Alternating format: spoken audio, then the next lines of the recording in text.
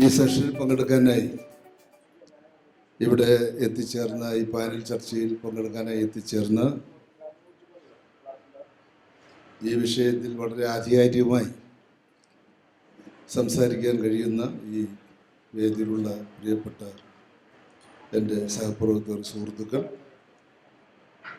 അതോടൊപ്പം തന്നെ ഈ സെഷനിൽ പങ്കെടുക്കാനായി ഇവിടെ എത്തിച്ചിട്ടുള്ള മുഴുവൻ സുഹൃത്തുക്കളെയും സാഹിത്യ കലാസ്നേഹികളെയും സാഹിത്യത്തെയും കലയെയും സമൂഹത്തിലെ മറ്റ് പ്രശ്നങ്ങളെല്ലാം വളരെ ഗൗരവത്തോടു കൂടി കാണുന്ന ഇവിടെ സന്നിഹിതരായിട്ടുള്ള പ്രിയപ്പെട്ട എല്ലാവരെയും സ്വാഗതം ചെയ്തുകൊണ്ട് നമുക്ക് ഈ പരിപാടിയിലേക്ക് കടക്കാം. ഇതിൽ പരമാവധി ഔപചാരികത ഒഴിവാക്കിക്കൊണ്ട് കുറച്ചു ചർച്ച പരിപാടി സംഘടിപ്പിക്കുന്നതായിരിക്കും നല്ലതെന്ന് എനിക്ക് തോന്നുന്നു. നമ്മുടെ ഈ പാനൽ ചർച്ചയിൽ പങ്കെടുക്കാനായി എത്തിയിട്ടുള്ള 4 വ്യക്തികളും ഈ രംഗത്ത് പരിണതപ്രജ്ഞരായിട്ടുള്ള കേരളം അറിയുന്ന ആളുകളാണെന്നുള്ളത് കൊണ്ട് അവരെ സംബന്ധിച്ച് ഒരു പ്രത്യേകിച്ച് ഇൻട്രൊഡക്ഷൻ്റെ ആവശ്യമുണ്ടെന്ന് തോന്നുന്നില്ല. അതുപോലെ തന്നെ ഒരു അധ്യക്ഷൻ എന്നുള്ള നിലയിൽ അവർക്ക് പറയാനുള്ള അവസരം പരമാവധി അവർക്ക് കൊടുത്തുകൊണ്ട് ഈ ചർച്ച സമ്മേളനത്തെ ഒരു സജീവമായി നിലനിർത്തുക എന്ന് പറയുന്ന ഒരു കർത്തവ്യം മാത്രമേ അധ്യക്ഷൻ എന്നുള്ള നിലയിൽ ഞാൻ നിർവഹിക്കാൻ ഉദ്ദേശിക്കുന്നു. ഒരു അധ്യക്ഷ പ്രസംഗം എന്നൊക്കെ പറഞ്ഞുള്ള കാര്യം ഇതിൽ പൂർണ്ണമായി ഒഴിവാക്കാൻ ഉദ്ദേശിക്കുക. പരമാവധി അനൗപചാരികമായി നമ്മുടെ ഈ പരിപാടി നടത്തണം എന്നാണ് ഞാൻ ആഗ്രഹിക്കുന്നത്. ഇതിൽ നമ്മുടെ വിഷയമായി ഇവിടെ കൊടുത്തിട്ടുള്ളത് ജാതി നിർമ്മാർജ്ജനം എത്രത്തോളം എന്നാണ്. കേരളത്തെ സംബന്ധിച്ചിടത്തോളം, ഇന്ത്യയെ സംബന്ധിച്ചിടത്തോളം വളരെയധികം പ്രസക്തമായ ഒരു വിഷയമാണ്. അതിൽ നമ്മുടെ മറ്റു സുഹൃത്തുക്കൾക്ക് പറയാൻ അവസരം കൊടുക്കുന്നതിന് മുമ്പായി, അല്ലെങ്കിൽ ആ വിഷയത്തിലേക്ക് കടന്നു വരുന്നതിന് മുമ്പായി ജാതി നിർമ്മാർജ്ജനം നടത്തേണ്ട ആവശ്യമുണ്ടോ എന്നുള്ളൊരു കുസൃതി ചോദ്യം, ഒരു അനാവശ്യമായ ഒരു കുസൃതി ചോദ്യം ചോദിക്കണം എന്ന് ഞാൻ ആഗ്രഹിക്കുകയാണ്. കാരണം നമ്മുടെ സമൂഹത്തിലെ ഇന്നത്തെ ഈ ജാതി സംഘടനകളുടെ ഒരു പ്രവർത്തനം കണ്ടാൽ, സാമുദായിക സംഘടനയുടെ പ്രവർത്തനം കണ്ടാൽ, ഡോക്ടർ BR അംബേദ്കർ യഥാർത്ഥത്തിൽ ഡിപ്രസ്ഡ് ക്ലാസ്സിനെ സംഘടിപ്പിച്ചുകൊണ്ട് ഈ അധസ്ഥിത വിഭാഗത്തിൻ്റെ അവശത പരിഹരിക്കാൻ വേണ്ടിയിട്ടാണ് അദ്ദേഹം ഡിപ്രസ്ഡ് ക്ലാസ്സിനെ ആ നിലയിൽ സംഘടിപ്പിച്ചത്. അല്ലാതെ എല്ലാ കാലഘട്ടത്തിലും അവരെ അങ്ങനെ നിലനിർത്താൻ വേണ്ടിയിട്ടായിരുന്നില്ല. നമ്മുടെ രാജ്യത്ത് മാത്രമായി നിലനിൽക്കുന്ന ഒരു പ്രത്യേക സാമൂഹ്യ അവസ്ഥയാണ് ഈ ജാതി എന്ന് പറയുന്നത്. ലോകത്തിൽ ഇതിന് തത്തുല്യമായി മറ്റൊന്ന് നമുക്ക് എങ്ങും തന്നെ ചരിത്രത്തിൽ കാണാൻ കഴിയില്ല. ആളുകൾ തമ്മിലുള്ള വിവേചനവും ഉച്ചനീചത്വവും ഒക്കെ ഈ സാമൂഹികമായിട്ടുള്ള വികാസത്തിൻ്റെ ചരിത്രം പരിശോധിക്കുമ്പോൾ ലോകത്തിലെ എല്ലാ ഭാഗങ്ങളിലും കാണാൻ വേണ്ടി കഴിയും. പക്ഷേ ദൈവത്തിൻ്റെ പേരിൽ മനുഷ്യനെ പല കള്ളികളായി തിരിച്ച് അവിടെ പരസ്പരം ബന്ധമില്ലാതെ ദൈവത്തിൻ്റെ ഇച്ഛ അനുസരിച്ചിട്ടാണ് ഇങ്ങനെയൊക്കെ വിഭജിച്ച് നിർത്തിയിട്ടുള്ളത് എന്ന ഒരു സിദ്ധാന്തത്തിൻ്റെ അടിസ്ഥാനത്തിൽ മനുഷ്യർ തമ്മിലുള്ള ഉച്ചനീചത്വം അടിച്ചേൽപ്പിച്ചിട്ടുള്ള ഒരു അവസ്ഥ നമുക്ക് ഇന്ത്യയിൽ മാത്രമേ ഈ രൂപത്തിൽ കാണാൻ കഴിയത്തുള്ളൂ. അപ്പം അങ്ങനെയുള്ള ജാതി വ്യവസ്ഥ അവസാനിപ്പിക്കുന്നതിന്, ഒരു ജാതിരഹിത സമൂഹം കെട്ടിപ്പടുക്കുന്നതിന് വേണ്ടിയിട്ടാണ് ഡോക്ടർ BR അംബേദ്കർ വാസ്തവത്തിൽ പരിശ്രമിച്ചത്.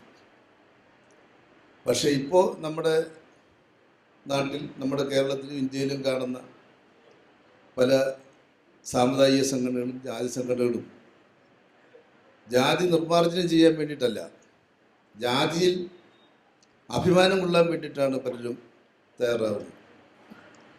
പേരിൻ്റെ കൂട്ടത്തിൽ സ്വന്തം ജാതി കൂടി എഴുതി ചേർക്കുക, എന്നിട്ട് ഇന്ന ജാതിയിൽ ജനിച്ചതാണ്, അത് ദളിത് വിഭാഗത്തിൽപ്പെട്ടതായിക്കോട്ടെ അല്ലെങ്കിൽ മറ്റ് വിഭാഗത്തിൽപ്പെട്ടവരായിക്കോട്ടെ, അപ്പോൾ ആ ജാതിയിൽ അഭിമാനം കൊള്ളുന്ന ഒരു നിലയിലേക്ക് നമ്മുടെ സമൂഹത്തിൽ വലിയ മാറ്റം വന്നിട്ടുണ്ട്. അപ്പോൾ അതുകൊണ്ട് ജാതി നിർമ്മാർജ്ജനം എത്രത്തോളം എന്നുള്ളത് വളരെ പ്രസക്തമായൊരു വിഷയമാണ്, സംശയമൊന്നുമില്ല. അത് തന്നെയാണ് നമ്മുടെ ചർച്ചാ വിഷയം. അതിലേക്ക് കടക്കുന്നത് ഈ അനാവശ്യ ചോദ്യത്തിന് ഒരു അവരുടെ കൂടി അഭിപ്രായം കൊണ്ടാണെങ്കിൽ ഏറ്റവും നന്നായിരിക്കും എന്ന് ഞാൻ കരുതുകയാണ്. അപ്പോൾ ഈ വിഷയത്തെ സംബന്ധിച്ച് ആദ്യമായി സംസാരിക്കാൻ ഇവിടെ ഒന്നാം പേരിനക്കാരനായി തന്നെ കൊടുത്തിട്ടുള്ള ബഹുമാന്യനായിട്ടുള്ള സംഗീയം കവിക്കാടിനെ ഞാൻ ക്ഷണിക്കുകയാണ്.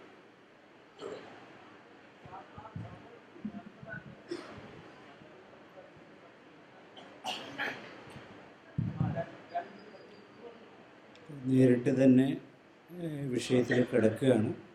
ബഹുമാന്യ സുമപ്രസാദ്,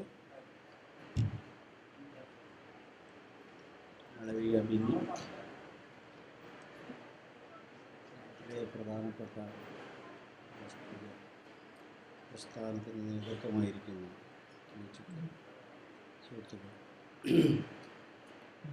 ജാതി നിർമൂലനം, അനിഹിലേഷൻ ഓഫ് കാസ്റ്റ് എന്ന വാക്ക് ഇന്ത്യൻ സോഷ്യോളജിയിൽ കോയിൻ ചെയ്തത് ബാബാ സാഹേബ് ഡോക്ടർ BR അംബേദ്കർ. അദ്ദേഹത്തിൻ്റെ വിശദമായൊരു പഠനം തന്നെ 1936 പ്രസിദ്ധീകരിക്കുന്നു. ജാതി നിർമൂലനവുമായി ബന്ധപ്പെട്ട ഏതൊരു ചർച്ചയിലും പ്രഥമ ഗണനീയമായ ഒരു പുസ്തകമാണ് ജാതി നിർമൂലനം എന്ന അംബേദ്കറിൻ്റെ കൃതി. അദ്ദേഹം അത്തരമൊരാശയത്തിലേക്ക് എത്തിച്ചേരുന്നത് കാസ്റ്റ് സിസ്റ്റത്തെ, ജാതി വ്യവസ്ഥയെ അദ്ദേഹം മനസ്സിലാക്കിയതിൻ്റെ ഭാഗമായിട്ടാണ് അദ്ദേഹം ജാതി നിർമൂലനമെന്ന ഒരു പദ്ധതിയിലേക്ക് എത്തിച്ചേരുന്നത്.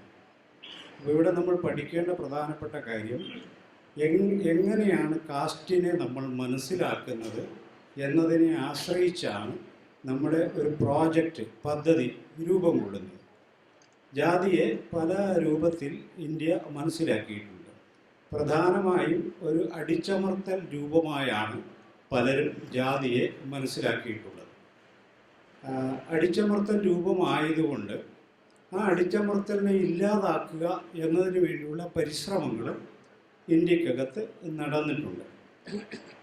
എന്നാൽ ജാതി എന്നത് ഒരു അടിച്ചമർത്തൽ രൂപം മാത്രമല്ല, മറിച്ചത് സമൂഹത്തെ വിഭജിക്കുന്നതും സമൂഹത്തിലെ വിവിധ ഘടകങ്ങൾ തമ്മിൽ ഇടപഴകാൻ പ്രതിബന്ധമായിരിക്കുന്നതും മനുഷ്യർക്ക് ഇടയിൽ ഒരു തുല്യതാബോധം ഇല്ലാതിരിക്കുകയും ചെയ്യുന്ന ഒരു സാമൂഹിക സംവിധാനമായി നമ്മൾ മനസ്സിലാക്കിയാൽ മനുഷ്യവംശത്തിൻ്റെ പുരോഗതിക്കും രാഷ്ട്രത്തിൻ്റെ പുരോഗതിക്കും വിഘാതമായി നിൽക്കുന്ന ഒരു വ്യവസ്ഥയായി ജാതിയെ നമുക്ക് മനസ്സിലാക്കാൻ കഴിയും. ഈ നിലക്ക് മനസ്സിലാക്കിയത് കൊണ്ടാണ് ബാബാ സാഹേബ് ഡോക്ടർ BR അംബേദ്കർ ജാതി നിർമൂലനം എന്ന ഒരു പദ്ധതിയിലേക്ക് അദ്ദേഹത്തിൻ്റെ ചിന്ത യഥാർത്ഥത്തിൽ എത്തിച്ചേരും. പ്രധാനപ്പെട്ട 2-3 കാര്യങ്ങൾ ഇതുമായി ബന്ധപ്പെട്ട്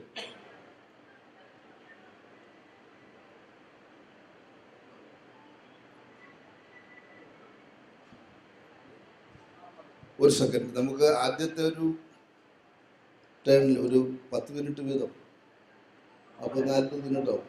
അതിനുശേഷം രണ്ടാമത് വിട്ടുപോയ ഏതെങ്കിലും പിന്നെ പോയിന്റ്സ് ഉണ്ടെങ്കിൽ പറയാനോ അല്ലെങ്കിൽ മറ്റുള്ളവർ പറഞ്ഞതിനെ സംബന്ധിച്ച് സ്വന്തം കമൻസ് രേഖപ്പെടുത്താനോ രണ്ടാമത് കുറച്ച് സമയം കൂടി എടുക്കാം. നമുക്ക് ഇവിടെ പങ്കെടുത്തിട്ടുള്ള സുഹൃത്തുക്കൾക്ക് ഒരു 15 മിനിറ്റ് സമയം അവർക്ക് ഇതിനകത്ത് ഇൻട്രാക്ട് ചെയ്യാൻ വേണ്ടി കൊടുക്കുന്നത് നന്നായിരിക്കും എന്നാണ് എനിക്ക് തോന്നുന്നത്.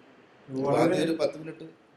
ഓക്കെ, അത് മതിയാവും. വളരെ കൺസൈസായിട്ട് ഞാൻ നിങ്ങളോട് പറയാൻ ആഗ്രഹിക്കുന്ന കാര്യങ്ങൾ മാത്രം സൂചിപ്പിക്കാം. ജാതിയെക്കുറിച്ച് പൊതുവിലുള്ള ഒരു ധാരണ അത് തൊഴിൽ വിഭജനവുമായി ബന്ധപ്പെട്ട് രൂപപ്പെട്ടു വന്നൊരു കാര്യമാണ്. ഡോക്ടർ BR അംബേദ്കർ അതിനെ തിരുത്തുന്നുണ്ട്. ജാതി എന്നത് തൊഴിൽ വിഭജനം മാത്രമല്ല, തൊഴിലാളികളുടെ വിഭജനം കൂടിയാണ് എന്ന് അംബേദ്കർ പറയുന്നുണ്ട് എന്ന് നിങ്ങൾക്കെല്ലാവർക്കും അറിയാം. അത് കഴിഞ്ഞൊരു വാക്യം കൂടിയുണ്ട്. തൊഴിൽ വിഭജനം മാത്രമല്ല, തൊഴിലാളികളുടെ വിഭജനം ആണെന്ന് പറയുന്ന കൂടെ തൊഴിലാളി വിഭജനത്തെ ഒന്നിനു മുകളിൽ മറ്റൊന്ന് എന്ന ക്രമത്തിൽ തരംതിരിച്ചിട്ടുള്ള ശ്രേണീ വ്യവസ്ഥയാണ് ജാതി എന്ന് അംബേദ്കർ പറയുന്നത്.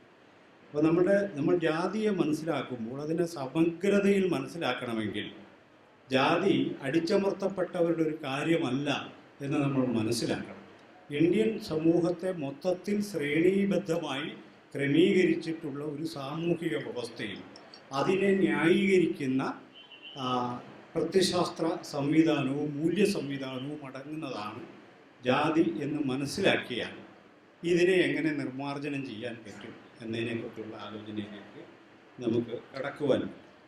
അതിൽ ഈ സമൂഹത്തിൻ്റെ പ്രത്യേകതകളെക്കുറിച്ചൊക്കെ പല വിശകലനങ്ങളും നടത്തുന്നുണ്ട്. അപ്പോൾ 2-3 പ്രധാനപ്പെട്ട കാര്യങ്ങളാണ് ഞാൻ പറയാനായിട്ട്. ഒന്ന്, മാർക്സിൻ്റെ ജാതിയുമായി ബന്ധപ്പെട്ട ചില പരാമർശങ്ങളുണ്ട്.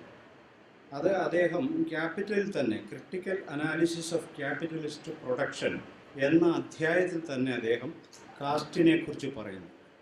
കാസ്റ്റിനെ കുറിച്ച് പറയുമ്പോഴെല്ലാം കാസ്റ്റ്, ഗിൽഡ്, അതോടൊപ്പം തന്നെ ഈജിപ്തിലുള്ള ആർട്ടിസാൻ കമ്മ്യൂണിറ്റി, ഈ 3 എണ്ണത്തെയും ഒരുമിച്ച് നിർത്തിയാണ് അദ്ദേഹം കാര്യങ്ങൾ വിശദീകരിക്കാൻ ശ്രമിക്കുന്നത് എന്ന് നമ്മൾ മനസ്സിലാക്കണം. എന്നാൽ യൂറോപ്പിലെ ഗിൽഡിൽ നിന്നും ഈജിപ്തിലെ ആർട്ടിസാൻ സൊസൈറ്റിയിൽ തികച്ചും ഭിന്നമായ മറ്റൊരു സാമൂഹിക സംവിധാനമാണ് ജാതി എന്നിപ്പോൾ നമുക്ക് കൂടുതൽ വ്യക്തമായിട്ടുണ്ട്.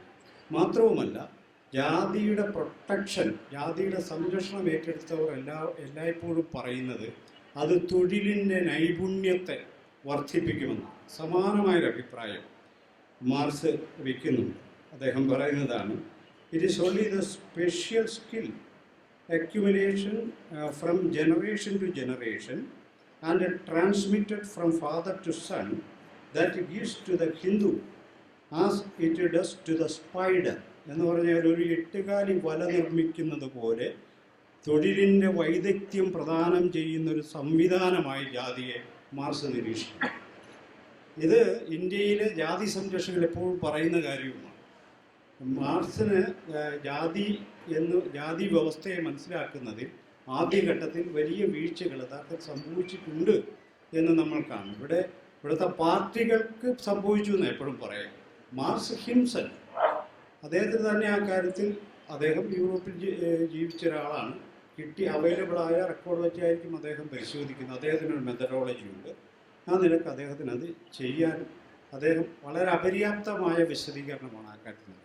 ഏറ്റവും അവസാനം പുറത്ത് വന്നിട്ടുള്ള ടി ശ്രീകുമാറിൻ്റെ പുസ്തകത്തിൽ അതിനപ്പുറം മാർക്സ് പോയിട്ടുണ്ട് എന്ന് പറഞ്ഞിട്ടുണ്ടെങ്കിലും മാർക്സിൻ്റെ ബ്രാഹ്മണ്യ വിമർശനത്തെക്കുറിച്ചുള്ള ആ അധ്യായം 7-8 തവണ ഞാൻ വായിച്ചു നോക്കിയിട്ടും എനിക്കത് മനസ്സിലായില്ല എങ്ങനെയാണത് മുന്നോട്ട് പോയത്.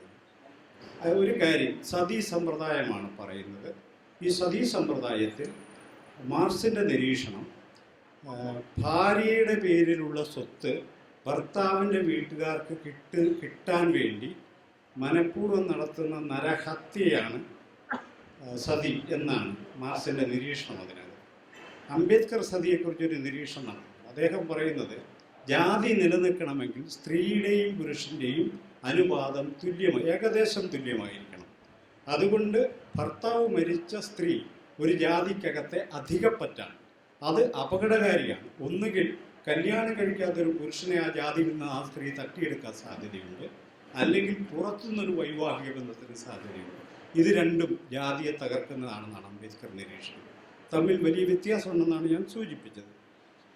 എന്നാൽ കുറച്ചുകൂടി അടുത്ത് നിൽക്കുന്ന ഒരു സംഗതി എന്ന് പറയുന്നത്, ശരിക്കും മാക്സ് വെബറിൻ്റെ സ്റ്റാറ്റസ് എന്ന് പറയുന്ന സങ്കല്പത്തോടാണ് ബാബാ സാഹിബ് ഡോക്ടർ ബി.ആർ. അംബേദ്കറിൻ്റെ കാസ്റ്റുമായി ബന്ധപ്പെട്ട നിരീക്ഷണങ്ങൾ അടുത്ത് നിൽക്കുന്നത്. ഒരു കാര്യം കൂടി പറഞ്ഞ് ഞാൻ അവസാനിപ്പിക്കാം. ജാതി നിർമൂലനത്തിൻ്റെ മാർഗങ്ങളെക്കുറിച്ച് അംബേദ്കർ പറയുന്നുണ്ട്. അതിനകത്ത് ഉപജാതികളെ ഒരൊറ്റ സമുദായമാക്കി മാറ്റുക, മിശ്രഭോജനം, മിശ്രവിവാഹം, ഇതൊക്കെയാണ് നമ്മൾ സാധാരണഗതിയിൽ പറയുന്ന കാര്യം. ഇതൊക്കെ അപര്യാപ്തമാണെന്നും ജാതി യഥാർത്ഥത്തിൽ നിലനിൽക്കുന്നത് ഹിന്ദു ശാസ്ത്രമെന്ന് വിളിക്കാവുന്ന വേദ, ഇതിഹാസ, പുരാണ തത്വങ്ങളുടെയും അത് മുന്നോട്ട് വെക്കുന്ന മൂല്യബോധത്തിൻ്റെ അടിസ്ഥാനത്തിലാണെന്നും അതുകൊണ്ട് അതിനെ പൂർണ്ണമായും ദുർബലപ്പെടുത്താതെ വിമർശവിധേയമാക്കി തള്ളിക്കളയാതെ ജാതിയെ മറികടന്നു പോകാൻ പറ്റില്ല എന്നാണ് അംബേദ്കർ എത്തിച്ചേരുന്ന ഒരു നിഗമനം. മാത്രവുമല്ല, അംബേദ്കർ പറയുന്നുണ്ട് ജാതി ഇല്ലാതാക്കാൻ കഴിയുമോ എന്നെനിക്ക് സംശയമുണ്ടെന്ന് അംബേദ്കർ പറയുന്നു. ജാതി നിർമൂലനത്തിൽ തന്നെയാണ് അത് പറയുന്നത്. അതിൽ അദ്ദേഹം പറയുന്നത് ബ്രാഹ്മണ ജാതികൾ ഇന്ത്യൻ സമൂഹത്തിലെ ബുദ്ധിജീവി വർഗമാണ്. അവരൊരിക്കലും സാമൂഹിക പരിഷ്കരണത്തിന് അനുകൂലമല്ല. അവർ രാഷ്ട്രീയ പരിഷ്കരണത്തിന് അനുകൂലമാകും, സാമ്പത്തിക പരിഷ്കരണത്തിനും അനുകൂലമായിരിക്കും, പക്ഷേ സാമൂഹിക പരിഷ്കരണത്തിൽ അവർക്ക് താല്പര്യമില്ല. 2, ഗ്രേഡഡ് ഇനീക്വാളിറ്റി എന്ന് പറഞ്ഞാൽ ഇനീക്വാളിറ്റി അല്ല, അസമത്വമല്ല, ശ്രേണീകൃത അസമത്വമാണ്. ശ്രേണീകൃത അസമത്വത്തിൽ ജനങ്ങളുടെ ഐക്യം അസാധ്യമാണ്. അസാധ്യമാകാൻ കാരണം ലോവർ ആൻഡ് ലോവസ്റ്റും ഹയർ ആൻഡ് ഹയസ്റ്റുമാണ് ഇവിടെയുള്ളത്. ജാതിയുടെ ഒരു പ്രത്യേകത, നമ്മൾ ജാതിയിലൊരു ആനന്ദവും അതോടൊപ്പം തന്നെ ഒരു പകയും കൊണ്ട് നടക്കുന്നുണ്ടെന്നുള്ളതാണ് ജാതിയുടെ മൗലികമായൊരു പ്രത്യേകത. ഞാൻ ഇന്ന ജാതിയിൽപ്പെട്ടതാണെന്നുള്ളതൊരു അഹങ്കാരവും അതോടൊപ്പം തന്നെ തൊട്ടടുത്ത ജാതി കെട്ടി ചവിട്ടാമെന്നുള്ള എൻ്റെ ഒരു അഹങ്കാരവും കൂടിയതാണ് ജാതിയുടെ ഒരു പ്രവർത്തന രീതി എന്നുള്ളത്. അതുകൊണ്ട് ഒരു ജാതി മറ്റൊരു ജാതിയുമായി വികർഷിക്കുകയാണ്, ആകർഷിക്കപ്പെടുകയല്ല. അതുകൊണ്ട് വിശാലമായ ഐക്യം സാധ്യമല്ല എന്ന് അംബേദ്കർ. ഏറ്റവും അവസാനത്തെ ഒരു പോയിന്റ്, യുക്തിക്ക് യാതൊരു സ്ഥാനമില്ലാത്തൊരു സംഭവം. വീട്ടിൽ നിന്ന് പുറത്തിറങ്ങുമ്പോൾ ജാതീയമായ മുഴുവൻ നിയമങ്ങളും എല്ലാ ഹിന്ദുക്കളും ലംഘിക്കുന്നുണ്ട്.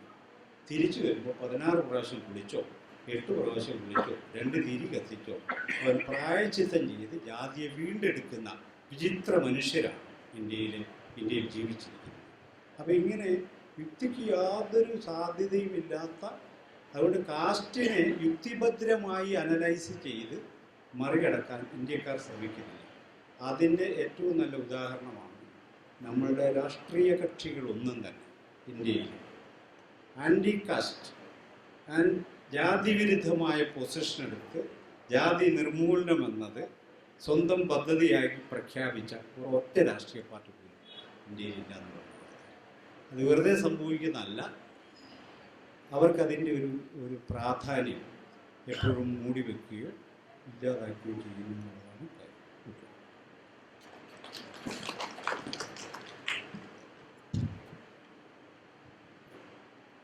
ജാതിയെ സംബന്ധിച്ചും ജാതി വ്യവസ്ഥയെ സംബന്ധിച്ചും വളരെ ഗൗരവമാർന്ന ചില വിഷയങ്ങൾ, അതുപോലെ തന്നെ ഡോക്ടർ BR അംബേദ്കറും മാർക്സുമെല്ലാം മുന്നോട്ട് വെച്ച ചില വിഷയങ്ങളെ സംബന്ധിച്ച് നമ്മുടെ സജീവമായ പരിഗണനയ്ക്ക് വേണ്ടിയിട്ട് ശ്രീ സണ്ണി എം കവിക്കാട് അവതരിപ്പിച്ചിട്ടുണ്ട്. അടുത്തത് ശ്രീമതി മാളവിക പിന്നീട് അഭിപ്രായങ്ങൾ ഇതിനെ സംബന്ധിച്ച് എന്താണെന്ന് നമുക്ക് കേൾക്കാം. അതിനായി അവരെ ബഹുമാനപൂർവ്വം ക്ഷണിക്കാം.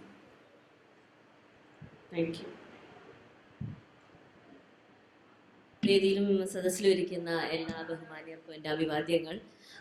നമ്മളിപ്പം രാം ടെമ്പിളിൻ്റെ കോൺസെക്രേഷൻ കഴിഞ്ഞിട്ട് ഇരിക്കുന്ന സന്ദർഭത്തിലാണ് ഈ ആർക്കിയോളജിക്ക് ഇത്രയും വിലയുണ്ട്, അതായത് ആർക്കിയോളജി പറയുന്ന സത്യമാണ് എന്നുള്ള രീതിയിലുള്ള ഡിസ്കഷൻസ് വരുന്നത്. പക്ഷെ ഏകദേശം ഒരു 2010 ആണ് ഇറങ്ങിയെന്നാണ് എനിക്ക് തോന്നുന്നത്. ഇറങ്ങിയൊരു വർക്ക് ക്രാക്ഡ് മിറർ, ഇത് ഒരു സംഭാഷണമാണ്. സുന്ദർ സാരൂക്കായും ഗോപാൽ ഗുരുവും തമ്മിലുള്ള ഒരു സംഭാഷണത്തിനകത്ത് ഗോപാൽ ഗുരു പറയുന്നുണ്ട് എല്ലാ ഇന്ത്യക്കാരും ആർക്കിയോളജിസ്റ്റുകളായി മാറുന്ന ഒരു അവസരമുണ്ട്.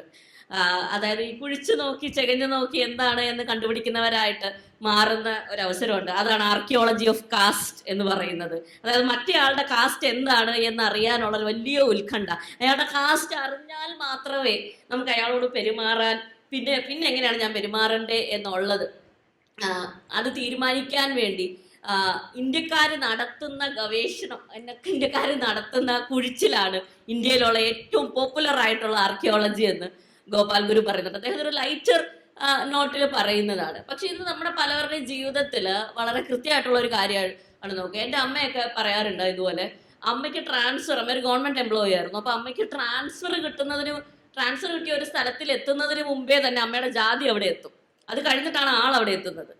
അപ്പം അങ്ങനെയുള്ളൊരു സൊസൈറ്റിയിലാണ് നമ്മൾ ജാതി നിർമ്മാർജ്ജനം എത്രത്തോളം എന്നുള്ളൊരു ചോദ്യം പിടിച്ചോണ്ടിരിക്കുന്നത് എന്നുള്ളത് വളരെ ഫണ്ണിയാണ്. കാരണം പലപ്പോഴും നമ്മൾ വിചാരിക്കുന്നത് ജാതി നിർമ്മാർജ്ജനമല്ല സിഗ്നിഫിക്കൻറ്റ്, ജാതിയുടെ ഒപ്രഷൻ എടുത്തു മാറ്റുന്നതാണ് സിഗ്നിഫിക്കൻ്റ്. ഇത് നമ്മുടെ ഇന്ത്യൻ നാഷണൽ മൂവ്മെന്റ് നമ്മളെ തെറ്റായി പഠിപ്പിച്ച ഒരു പാഠമാണ്. കാരണം ഗാന്ധിജി അൺടച്ചബിലിറ്റിക്കെതിരെ ഒരു ക്യാമ്പയിൻ നടത്തുമ്പോൾ ഗാന്ധിജി മുമ്പോട്ട് വെച്ച ഒരു ആശയം എന്ന് പറഞ്ഞാൽ അസ്പൃശ്യതയാണ് ഇതിലെ ഏറ്റവും വലിയ പ്രശ്നം. അസ്പൃശ്യത ഈക്വൽ ടു കാസ്റ്റ് എന്നുള്ളൊരു രീതിയിൽ ഗാന്ധി ഐഡിയ മുമ്പോട്ട് വെക്കുകയും അപ്പൊ അൺടച്ചബിലിറ്റി പ്രാക്ടീസ് ചെയ്തില്ലെങ്കിൽ നിങ്ങൾ കാസ്റ്റ് പ്രാക്ടീസ് ചെയ്യുന്നില്ല എന്നുള്ളൊരു തെറ്റിദ്ധാരണ അൺഫോർച്ചുനേറ്റ്ലി നമ്മുടെ സവർണ സമൂഹങ്ങളിൽ വരികയും ചെയ്തു. അപ്പൊ കാസ്റ്റ് ഇസിക്കൽ ടു ഒപ്രഷൻ എന്ന് വായിക്കാതെ ജാതി എന്നുള്ള ഒരു സംവിധാനം തന്നെ ഒരു ഒപ്രസീവ് സിസ്റ്റമാണ്. ആ കാസ്റ്റ് ഒപ്രഷൻ എടുത്ത് മാറ്റണമെങ്കിൽ കാസ്റ്റ് എടുത്ത് മാറ്റിയാലേ പറ്റുള്ളൂ. അല്ലാതെ കാസ്റ്റിൽ നിന്ന് ഒപ്രഷൻ എന്നുള്ള ഒരു അടര് മാത്രം എടുത്ത് മാറ്റാനൊന്നും സാധ്യമല്ല. ഹിസ്റ്റോറിക്കലി സോഷ്യോളജിക്കലി പ്രീസിഡൻസ് നമ്മൾ നോക്കുകയാണെങ്കിൽ it is impossible to take away caste oppression from caste and to take away caste from Sanatana religion. ഇത് പറഞ്ഞാലേ ശരിയാകുള്ളൂ. അല്ലെങ്കിൽ ഞാനൊരു ചരിത്രകാരി എന്നുള്ള രീതിയിൽ ഞാൻ എൻ്റെ എത്തിക്സ് മറന്ന് സംസാരിക്കേണ്ടി വരും. But on A serious not, നമ്മൾ ഈ ആർക്കിയോളജി ഓഫ് കാസ്റ്റ് നോക്കിക്കഴിഞ്ഞാൽ പലപ്പോഴും നമ്മൾ വിചാരിക്കുന്നത് ഇപ്പം നിലനിൽക്കുന്ന കാസ്റ്റുകളാണ് എന്നും നിലനിന്നിരുന്നതെന്നും ഇന്ന് നമ്മൾ ആചരിക്കുന്ന കാസ്റ്റ് വ്യവഹാരങ്ങളാണ് എന്നും നിലനിന്നിരുന്നതെന്നും. പക്ഷെ നമ്മൾ ഈ ആക്ച്വലി ഒരു കാസ്റ്റിന്റെ, മനുഷ്യരുടെ കാസ്റ്റ് ഐഡന്റിറ്റി അല്ല, പക്ഷെ ആക്ച്വലി ജാതിയുടെ ഒരു ആർക്കിയോളജിക്കൽ ലേയേഴ്സ്, ഇപ്പോൾ ഫൂക്കോ ഒക്കെ പറയുന്ന രീതിയിൽ നമ്മൾ അതിൻ്റെ ഒരു ജീനിയോളജി നോക്കുകയാണെങ്കിൽ നമുക്ക് മനസ്സിലാകുന്ന ഒരു കാര്യമുണ്ട്. ജാതി എന്ന് പറയുന്നത് ഇന്ത്യൻ ഉപഭൂഖണ്ഡത്തിൽ വളരെ ഫ്ലൂയിഡായിട്ട് നിലനിന്നിരുന്ന ഒരു കാര്യമാണ്. നമ്മൾ രോമില താപ്പറുടെ വർക്ക്സോ അതിനു മുമ്പേ തന്നെ ആർ എസ് ശർമ്മയുടെ വർക്ക് എടുത്തു നോക്കിയാൽ ഇതിൽ വളരെ രസകരമായിട്ട് എനിക്ക് തോന്നിയിട്ടുള്ള കാര്യം, ആർ എസ് ശർമ്മ അംബേദ്കറിന് കൊടുത്തിരിക്കുന്നത് രണ്ട് ചെറിയ ഫുട് നോട്ടാണ്. എന്നാൽ അംബേദ്കർ പറയുന്ന കാര്യമാണ് ആർ എസ് ശർമ്മ പറഞ്ഞതും കൂടെ നമ്മൾ ആലോചിക്കണം. അംബേദ്കർ അനൈലേഷൻ ഓഫ് കാസ്റ്റിൽ തന്നെ ചോദിക്കുന്ന ഒരു ചോദ്യമുണ്ട്. ഇപ്പൊ നിങ്ങൾ പറയുന്നുണ്ടല്ലോ ജാതി തൊഴിൽ അടിസ്ഥാനം വെച്ചിട്ടാണ് ജാതി വേർതിരിക്കുന്നത് എന്നുള്ളത്. അങ്ങനെയാണെങ്കിൽ ബ്രാഹ്മണ സ്ത്രീയുടെ തൊഴിൽ എന്താണ്? അങ്ങനെയാണെങ്കിൽ ക്ഷത്രിയ സ്ത്രീയുടെ തൊഴിൽ എന്താണ്? തൊഴിൽ അടിസ്ഥാനമാക്കിയാണ് ജാതിയെങ്കിൽ പെണ്ണുങ്ങളുടെ തൊഴിൽ എന്താണ് എന്നുള്ളൊരു ചോദ്യം ചോദിക്കുന്നുണ്ട്. അങ്ങനെയാണെങ്കിൽ ഒരു ബ്രാഹ്മണ സ്ത്രീക്ക് പൂജ ചെയ്യാനുള്ള അധികാരം നിങ്ങൾ കൊടുക്കുമോ? പൂജ ചെയ്യുന്നതാണല്ലോ ഒരാളെ ബ്രാഹ്മണനാക്കുന്നത്.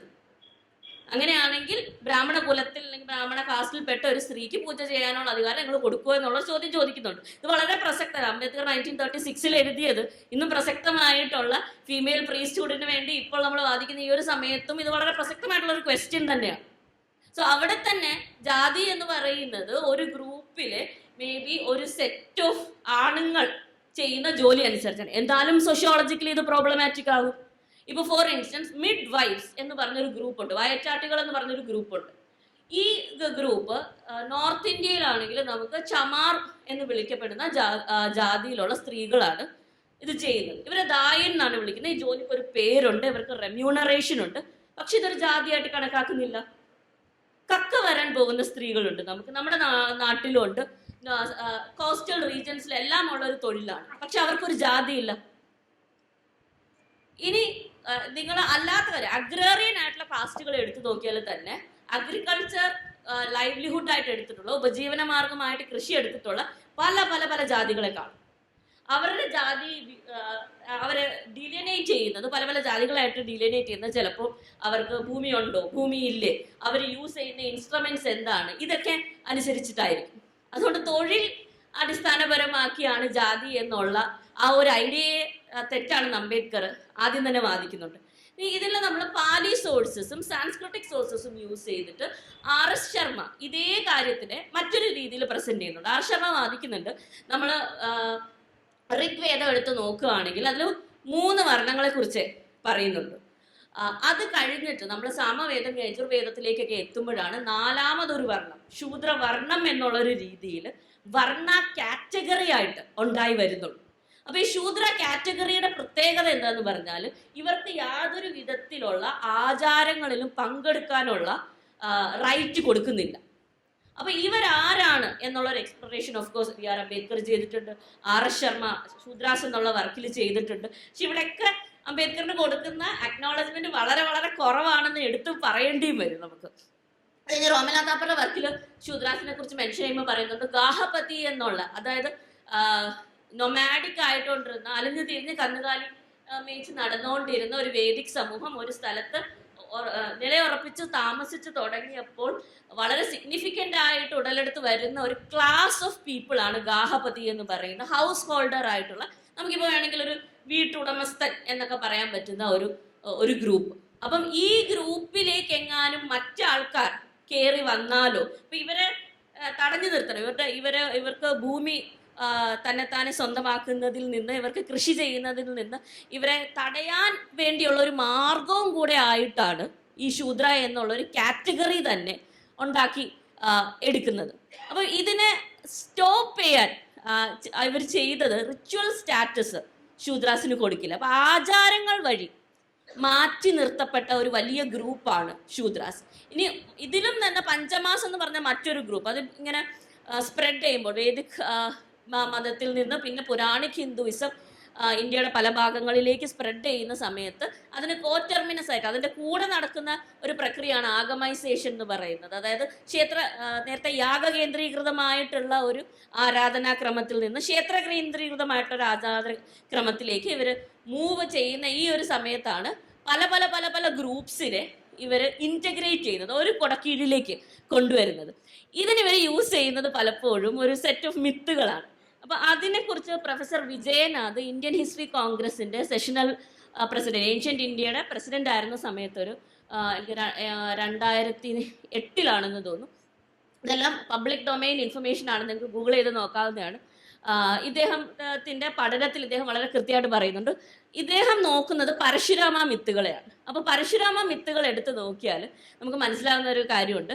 പരശുരാമൻ ഈ പല പല സ്ഥലത്ത് പോകുന്നതായിട്ടും അവിടെയുള്ള പല ക്ഷത്രിയ കുലങ്ങളെ നശിപ്പിക്കുന്നതായിട്ടും പുതിയ പല കുലങ്ങളെ ഉണ്ടാക്കുന്നതായിട്ടുമുള്ള ലെജൻഡ്സ് ഉണ്ട്.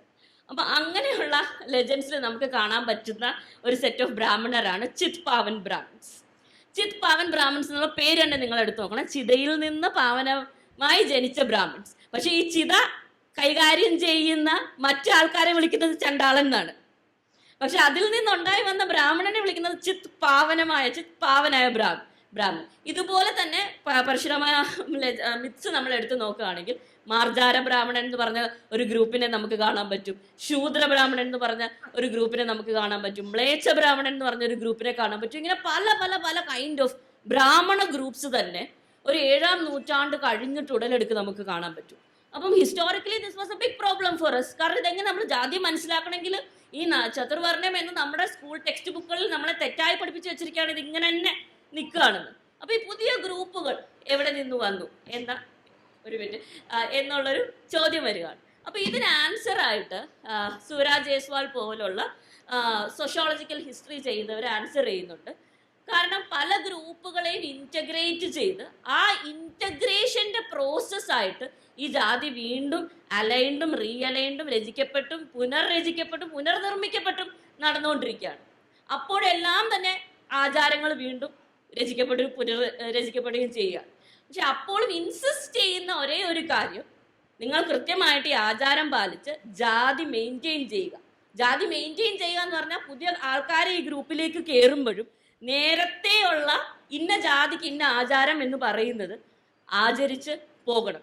അതുകൊണ്ട് തന്നെ as a historian when I look at caste, നമ്മൾ കൂടുതൽ ആചാരപരതയിലേക്ക് പോയാൽ കാസ്റ്റ് കൂടുതൽ റേഫൈഡ് ആയിട്ട് മാറുകയുള്ളൂ.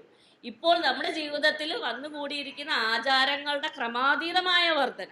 ഫോർ ഇൻസ്റ്റൻസ്, ഞാൻ ആദ്യമായിട്ടാണ് എൻ്റെ ഒരു സ്റ്റുഡൻ്റെയൊക്കെ കല്യാണത്തിന് ഹൽദി മെഹന്തിയൊക്കെ കാണുന്നത്. ഇപ്പോൾ പല കുട്ടികളുടെയും കല്യാണത്തിന് ഇതുണ്ട്, ഇത് നമ്മൾ അറിയേണ്ട കാര്യമാണ്. അപ്പോൾ കൂടുതൽ അല്ലെങ്കിൽ മരണാനന്തര ചടങ്ങുകളിൽ എത്ര അധികം ആചാരങ്ങളാണ് ഇപ്പോൾ കയറി വന്നിരിക്കുന്നത് എന്നുള്ളത്. അത് എക്രോസ് കാസ്റ്റുകൾ ഇങ്ങനെ കൂടുതൽ ആചാരം വരുമ്പോൾ കൂടുതൽ കാസ്റ്റ് റീഫൈൻഡ് ആവുകയാണ് ചെയ്യുന്നത്, കൂടുതൽ റീഇൻഫോഴ്സ്ഡ് ആയിട്ടാണ് മാറുന്നത്. അതുകൊണ്ട് തന്നെ ഇവിടെ ജാതി നിർമാർജനം ഇതിൻ്റെ ഒരു ഫസ്റ്റ് സ്റ്റെപ്പായിട്ട് വുഡ് ബി ആചാരങ്ങളുടെ ഒരു ഹിസ്റ്ററി മനസ്സിലാക്കി അത് എത്ര ഫ്ലെക്സിബിൾ ആണ്, ഫ്ലൂയിഡ് ആണെന്ന് മനസ്സിലാക്കിയിരിക്കുമ്പോൾ തന്നെ ഈ ആചാര പരതയിൽ നിന്ന് നമ്മളെ തന്നെ മാറ്റിയാലേ അതിൻ്റെ സ്റ്റെപ്പ് 1 എങ്കിലും ആകുകയും. ഓക്കെ, ജാതിയെ സംബന്ധിച്ച് കുറേ പുതിയ വിഷയങ്ങൾ, അതിൻ്റെ പുരാണം എങ്ങനെ കൈകാര്യം ചെയ്യുന്നു, അതോടൊപ്പം തന്നെ ചരിത്രം തുടങ്ങി കുറേയധികം കാര്യങ്ങൾ ഇവിടെ പ്രസൻറ്റ് ചെയ്തിട്ടുണ്ട്. നമുക്ക് അടുത്തതായിട്ട് ശ്രീ PC ഉണ്ണിച്ചക്കൻ എന്താണ് പറയുന്നത് നോക്കാം. അദ്ദേഹം നമ്മളോട് സംസാരിക്കട്ടെ. ജാതി നിർമ്മാർജ്ജനം എത്രത്തോളം എന്ന ചോദ്യത്തിന് ജനാധിപത്യം എത്രത്തോളം എന്ന് പറയുന്ന വിഷയമായിട്ട് അഭേദ്യമായ ബന്ധമുണ്ട്. ഇപ്പോൾ അംബേദ്കർ തന്നെ ഇന്ത്യൻ ജനാധിപത്യം മേൽമണ്ണിലാണ്, ആഴത്തിൽ അതിന് വേരൂന്നിയിട്ടില്ല എന്ന് പറയുന്ന ഒരു നിലപാട് സ്വീകരിക്കുന്നത്. നമ്മൾ ഈ ജാതി എന്ന് പറയുന്നത് നൂറ്റാണ്ടുകൾക്ക് മുൻപ് നിലനിന്നത് അതേപോലെ തന്നെ നിലനിന്ന് പോവുകയാണോ എന്ന് പറയുന്ന പ്രസക്തമായൊരു ചോദ്യം ചോദിക്കേണ്ട സമയമാണ്. എല്ലാം ചരിത്രത്തിന് പുതിയ വ്യാഖ്യാനങ്ങൾ നിർമ്മിച്ചുകൊണ്ടിരിക്കുകയാണ്. ആ ചരിത്രത്തിന് പുതിയ വ്യാഖ്യാനം നിർമ്മിക്കുന്നത് പോലെ തന്നെ ജാതിക്കും സംഘപരിവാർ ശക്തികൾ പുതിയ വ്യാഖ്യാനം ചമച്ചുകൊണ്ടിരിക്കുന്ന സമയമാണ്. അപ്പോൾ നമുക്കറിയാം 1963 PN ഓക്ക് ഇന്ത്യയുടെ ഹിസ്റ്ററിയെ പുനർവ്യാഖ്യാനം ചെയ്യുന്നതിന് വേണ്ടി ഒരു ഇൻസ്റ്റിറ്റ്യൂട്ട് തുടങ്ങിയത്. അതിൻ്റെ ഫലമൊക്കെ നമ്മൾ കണ്ടുകൊണ്ടിരിക്കുക. ഇപ്പോൾ BJPയുടെ MLA ആയിരുന്ന സുരേഷ് സോങ്കർ ശാസ്ത്രി എന്ന് പറയും, വിജയ് സോങ്കർ ശാസ്ത്രി, അദ്ദേഹം ഒരു പുസ്തകം എഴുതിയിരുന്നു. ആ പുസ്തകത്തിന് ആമുഖം എഴുതിയത് ബയ്യാജി ജോഷി എന്ന് പറയുന്ന RSSൻ്റെ പ്രമുഖ നേതാവാണ്. അദ്ദേഹം ആ ആമുഖത്തിൽ എഴുതിയത് ജാതീയത എന്ന് പറയുന്നത് ഇന്ത്യയിൽ എങ്ങനെ നൂറ്റാണ്ടുകളായിട്ട് നിലനിന്ന് പോകുന്നു, വേദങ്ങളുടെ കാലം മുതൽ ഇങ്ങനെ നിലനിന്ന് പോകുന്ന ഒന്നാണ്, അങ്ങനെയല്ല എന്ന് സമർത്ഥിക്കാനാണ് അദ്ദേഹം ശ്രമിക്കുന്നത്. ഫാസിസ്റ്റുകൾ എല്ലാ കാലത്തും എല്ലാ രാജ്യത്തും ചെയ്യുന്നത് പോലെ അപരത്വം നിർമ്മിച്ചെടുക്കുകയാണ്. ഇപ്പം ഇന്ത്യയിൽ ഒരു അപരത്വം നിർമ്മിച്ചെടുക്കുന്നത് മുസ്ലിം വിഭാഗത്തെയാണ്. ഈ മുസ്ലിം അധിനിവേശം, പ്രത്യേകിച്ച് ടർക്കികളുടെയും അതുപോലെ തന്നെയുള്ള മുസ്ലിം വിഭാഗത്തിൽപ്പെട്ട ആളുകളുടെ അധിനിവേശത്തോടു കൂടി അവർ ആക്രമിച്ച് കീഴ്പ്പെടുത്തിയ ബ്രാഹ്മണരെയും ക്ഷത്രിയരെയും ഗോമാംസം തിന്നാനും അതുപോലെ തന്നെ അതിനെ കൊല്ലാനും അതിൻ്റെ ജഡം വലിച്ചെറിയാനും ഉള്ള വിഭാഗങ്ങളാക്കി മാറ്റി. അങ്ങനെ അവർ വന്നതിന് ശേഷമാണ് അയിത്തമുണ്ടായത്, ശൂദ്രവിഭാഗമുണ്ടായത്, ജാതീയമായി പിന്നോക്കം നിൽക്കുന്ന ദളിത് വിഭാഗങ്ങൾ ഉണ്ടായത് എന്ന് പറയുന്ന പുതിയ ഭാഷ്യം ചമച്ചുകൊണ്ടിരിക്കുന്ന ഒരു കാലമാണ്. സുരേഷ് സോണി എന്ന് പറയുന്ന BJPയുടെ മറ്റൊരു കക്ഷി എഴുതിയത് സമത്വം എന്ന് പറയുന്ന സിദ്ധാന്തം വൈദേശികമാണ്, അത് ഇന്ത്യൻ അല്ല, അത് ഇന്ത്യയിലെ സംസ്കാരത്തിൽ ഭിന്നിപ്പുണ്ടാക്കാനും ഹിന്ദുത്വത്തെ പിളർക്കാനും വേണ്ടി കൊണ്ടുവരുന്ന ഒന്നാണ്. അപ്പം അതുകൊണ്ട് തന്നെ സോഷ്യൽ ഹാർമണി എന്ന് പറയുന്ന ഒന്ന് 1983 സോഷ്യൽ ഹാർമണി മഞ്ച് എന്ന് പറയുന്ന ഒന്ന് രൂപീകരിച്ചുകൊണ്ട് സാമൂഹ്യ സമത്വം സൃഷ്ടിച്ചെടുക്കുക, ജാതീയതയ്ക്ക് കോട്ടം തട്ടാതെ ഹിന്ദുത്വത്തിൻ്റെ പരമാത്മാവും ജീവാത്മാവുമായിരിക്കുന്ന ജാതി അതിനെ യാതൊരു വിധത്തിൽ കോട്ടം തട്ടാതെ തന്നെ പട്ടികജാതി പട്ടികവർഗ വിഭാഗങ്ങളെ മുഴുവൻ തന്നെ ഈ ഹിന്ദുത്വ കുടക്കീഴിൽ എങ്ങനെ അണിനിരത്താം, സോഷ്യൽ എഞ്ചിനീയറിംഗ് ഏറ്റവും ഫലപ്രദമായ രൂപത്തിൽ എങ്ങനെ അണിനിരത്താമെന്ന് 1983 മുതൽ ഇന്ത്യയിൽ പ്രാക്ടീസ് ചെയ്തു വരികയാണ്. അപ്പം നമ്മൾ ഇന്ന് ഈ ജാതിയെക്കുറിച്ച് നമ്മൾ ചർച്ച ചെയ്യുമ്പോൾ നൂറ്റാണ്ടുകളായി നിലനിൽക്കുന്ന പൂണൂലും കുടുംബയും അയിത്തവും സ്മൃതികളും ആചാരങ്ങളും അനുഷ്ഠാനങ്ങളും എന്നതിനാണ് അപ്പുറത്ത് ഇന്നത് ഒരു പൊളിറ്റിക്കൽ ടൂളും കൂടിയായി അത് മാറിയിട്ടുണ്ട് എന്ന് കൂടി മനസ്സിലാക്കണം. മഹാത്മജിയെ വെടിവെച്ച് കൊന്നതിന് ശേഷം അമേരിക്കൻ CIA പ്രൊഫസർ J. കരൻ്റെ നേതൃത്വത്തിൽ ഇന്ത്യയിലെ മതത്തെയും ജാതിയെയും കുറിച്ച് പഠിക്കാൻ വേണ്ടിയിട്ട് ഒരു കമ്മീഷൻ നിയമിക്കുന്നുണ്ട്. അവർ റിപ്പോർട്ട് കൊടുത്തത് ഇന്ത്യയിലെ മതത്തെയും ജാതിയെയും രാഷ്ട്രീയവൽക്കരിച്ചുകൊണ്ട് മാത്രമേ പുരോഗമന ശക്തികളെ ഇന്ത്യയിൽ തടയാൻ പറ്റുന്ന. ആ റിപ്പോർട്ടിൻ്റെ പശ്ചാത്തലത്തിലോ അല്ലയോ എന്ന് നമുക്കറിയില്ല. പക്ഷെ 1951 ഇന്ത്യയിൽ ഹിന്ദുമതത്തിൻ്റെ ഭാഗമായിട്ടുള്ള ജനസംഘം എന്ന് പറയുന്ന പാർട്ടി ഈ ഹോമ ആചാര അനുഷ്ഠാനങ്ങളുടെ അകമ്പടിയോടുകൂടി ആ പാർട്ടി ജന്മം കൊണ്ടു. ഏതാണ്ട് ഇതിനെക്കുറിച്ച് അമേരിക്കൻ എഴുത്തുകാരനായ Celine Harrison the dangerous decades എന്ന് പറയുന്നൊരു പുസ്തകത്തിൽ ജാതി എങ്ങനെയാണ് ഒരു പൊളിറ്റിക്കൽ ടൂളായി മാറിക്കൊണ്ടിരിക്കുന്നത് എന്നതിനെക്കുറിച്ച് രസകരമായ ചില വിശദീകരണം നടത്തുന്നുണ്ട്. ഇത് പറയുന്നത് 1967 വരെയുള്ള ഒരു തെരഞ്ഞെടുപ്പിൽ പ്രധാനമായി മുഖ്യമായി ഇപ്പോൾ ഒരു പാർലമെൻറ്റ് മണ്ഡലം അസംബ്ലി മണ്ഡലത്തിൽ ഏത് ജാതിയാണ് കൂടുതൽ എന്നൊക്കെ നോക്കിയിട്ടാണ് പത്രങ്ങൾ വാർത്ത രചിക്കുക. മുൻപ് അങ്ങനെ ഉണ്ടായിരുന്നില്ല. 67 ശേഷമാണ് ഈ പ്രവണത കൂടിയത് എന്ന് പറയും. വർത്തമാന ഇന്ത്യയുടെ തന്നെ ഉദാഹരണം എടുത്താൽ നമ്മുടെ പ്രധാനമന്ത്രി തന്നെ അതിന് ഉദാഹരണമാണ്. അദ്ദേഹത്തിൻ്റെ മോദ് ഗഞ്ച് എന്ന് പറയുന്ന ജാതി 1990 വരെ മുന്നോക്ക ജാതിയായിരുന്നു. എല്ലാവരും വിചാരം അദ്ദേഹം ഒരു പിന്നോക്കക്കാരനാണെന്നാണ്. 90 വരെ മോദ് ഗഞ്ച് എന്ന് പറയുന്നത് മുസ്ലിംസിലും ഹിന്ദുക്കളുടെയും എല്ലാ വിഭാഗത്തിലുള്ളതാണ്. 90 വരെ മുന്നോക്ക ജാതിയായിരുന്നു. 90 ഗുജറാത്തിലെ സർക്കാർ അതിനെ പിന്നോക്ക OBC ലിസ്റ്റിൽപ്പെടുത്തി. വാജ്പേയി പ്രധാനമന്ത്രിയായി കഴിഞ്ഞപ്പോൾ ഓൾ ഇന്ത്യ തലത്തിൽ അതിനെത്തി. 90 ഇത് എത്തിക്കഴിഞ്ഞപ്പോഴും 3 പ്രാവശ്യം മുഖ്യമന്ത്രിയാവാൻ വേണ്ടിയിട്ട് ഗുജറാത്തിൽ അദ്ദേഹം മത്സരിച്ചപ്പോൾ തൻ്റെ പിന്നോക്ക അസ്തിത്വത്തെക്കുറിച്ച് അദ്ദേഹം മിണ്ടിയില്ല. 2013 സെപ്റ്റംബർ മാസത്തിലാണ് അദ്ദേഹത്തെ പ്രധാനമന്ത്രി സ്ഥാനാർത്ഥിയായിട്ട് BJP പ്രഖ്യാപിക്കുന്നത്. 2014 പൊതു തെരഞ്ഞെടുപ്പോടുകൂടിയാണ് താനൊരു പിന്നോക്കക്കാരനാണ് എന്ന് പറയുന്ന ഒരു അസ്തിത്വം എടുത്തുകൊണ്ട് ഈ നമ്മുടെ രാജ്യത്ത് വന്നത് എന്ന് നമ്മൾ മനസ്സിലാക്കണം. അപ്പോൾ സ്വാഭാവികമായി ഇന്ന് പഴയ കാലത്ത് പഴയ ബ്രാഹ്മണ്യങ്ങൾ അതിൻ്റെ ആചാരങ്ങളും സ്മൃതികളും ഒക്കെ തന്നെ വലകെട്ടി നിന്നൊരു കാലത്ത് ഉണ്ടായിരുന്ന അതേ രൂപത്തിലല്ലാതെ, അത് ഇന്ത്യയുടെ മാത്രം സവിശേഷതയല്ല, ലോകത്ത് മുഴുവൻ തന്നെ വംശമാണോ വർണ്ണമാണോ വർഗീയതയാണോ ഭാഷയാണോ സംസ്കാരമാണോ ഏതൊക്കെയാണോ തങ്ങളുടെ താല്പര്യങ്ങൾക്ക് വേണ്ടി വിനിയോഗിക്കാൻ പറ്റുക അതിനെയൊക്കെ തന്നെ തങ്ങളുടേതായിട്ടുള്ള ടൂളുകളാക്കി മാറ്റുന്ന ഒരു പരിപാടി വളരെ ആസൂത്രിതമായി നടന്നിട്ടുണ്ട്, നമ്മുടെ രാജ്യത്ത് നടക്കുന്നുണ്ട്. അപ്പോൾ ഇന്ന് നമ്മൾ ജാതിയെക്കുറിച്ച് ചർച്ച ചെയ്യുമ്പോൾ വർത്തമാന ഇന്ത്യയുടെ സാഹചര്യവുമായി ബന്ധപ്പെട്ട് കൂടി അതിൻ്റെ അർത്ഥം മുൻപേ പറയുന്ന കാര്യങ്ങളൊന്നും മറന്നു പോവുക എന്നുള്ളതല്ല. ജാതി എന്ന് പറയുന്നത് വളരെ ശക്തമായി നിൽക്കുകയാണ്. ഇപ്പോൾ ഗുജറാത്തിൽ ഒരു IAS കാരൻ്റെ ഒരു ദളിത് കവി പ്രവീൺ ഖാഡി എന്ന് പറയുന്നു. പ്രവീൺ ഖാഡി അയാളൊരു കവിത എഴുതുന്നുണ്ട്. മരം വെട്ടുകാരാ എൻ്റെ ഈ നിഴലിനെ ഒന്ന് മുറിച്ചു തരും, എൻ്റെ നിഴലിനെ ഒന്ന് മുറിച്ചു തരും. മലത്തിൻ്റെ പാട്ട പോയി ചൂല് പോയി പോയില്ലല്ലോ ഈ നിഴൽ. ജാതി മാറി മതം മാറി വേഷം മാറി പോകുന്നില്ലല്ലോ ഈ ജാതി. സ്മൃതികൾ നിർമ്മിച്ചു, ഭരണഘടന നിർമ്മിച്ചു, വോട്ട് ബാങ്കായി, എന്നിട്ടും എനിക്ക് പിളർക്കാനാവുന്നില്ലല്ലോ ജാതി. ഈ നിഴലിനെ ഒന്ന് അറുത്തു തരൂ എന്ന് പറയുന്ന വളരെ ശക്തമായ രൂപത്തിൽ തന്നെ നേരത്തെ പറയുന്ന രൂപത്തിൽ ആ ജാതിയൊക്കെ നിലനിൽക്കുന്നുണ്ട്. പക്ഷെ ഇന്ന് അതിന് വന്ന ലോകത്തും നമ്മുടെ രാജ്യത്തും ഒക്കെ വരുന്ന മാറ്റങ്ങളെ കൂടി കണക്കിലെടുക്കാതെ നമ്മളെ സംബന്ധിച്ചിടത്തോളം ജാതി നിർമ്മാർജ്ജനം എന്ന് പറഞ്ഞാൽ ജാതി നിർമ്മാർജ്ജനമില്ലാതെ ജനാധിപത്യ സമൂഹത്തിൽ അതിന് വേരോട്ടുണ്ടാകില്ല. ജനാധിപത്യ സമൂഹമായി നമ്മൾ നിലനിൽക്കണമോ വേണ്ടയോ എന്നുള്ള പ്രശ്നമാണ്.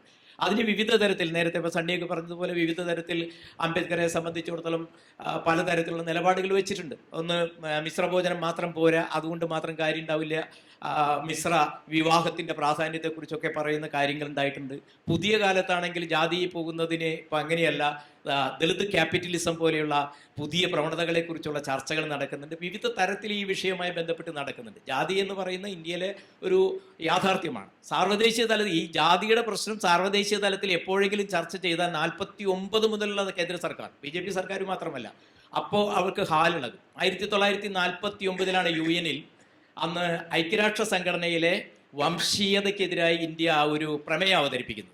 ആ പ്രമേയം അവതരിപ്പിച്ചു കഴിഞ്ഞപ്പോൾ തന്നെ വലിയ പ്രശ്നമായി. അപ്പോൾ അംബേദ്കർ പറഞ്ഞു ഇന്ത്യയുടെ എല്ലാ ഗ്രാമങ്ങളിലും ഈ സൗത്ത് ആഫ്രിക്കയുടെ ഉണ്ട്, ഇന്ത്യയുടെ മുഴുവൻ ഗ്രാമങ്ങളിലും സൗത്ത് ആഫ്രിക്കയുണ്ട്, അവിടെ ഇതിനെക്കുറിച്ച് പറയാൻ പോവുകയാണ്. അപ്പോൾ അവർ ഇന്ത്യയുടെ ജാതിയുടെ പ്രശ്നങ്ങൾ ഉന്നയിച്ചു.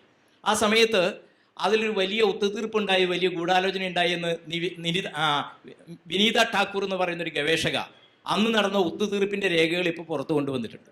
BN റാവു, അംബേദ്കർക്കൊപ്പം ഭരണഘടനാ നിർമ്മാണ സമിതിയിലുണ്ടായിരുന്ന BN റാവു അന്ന് ഐക്യരാഷ്ട്ര സംഘടനയിലെ സ്ഥിരം പ്രതിനിധിയാണ്.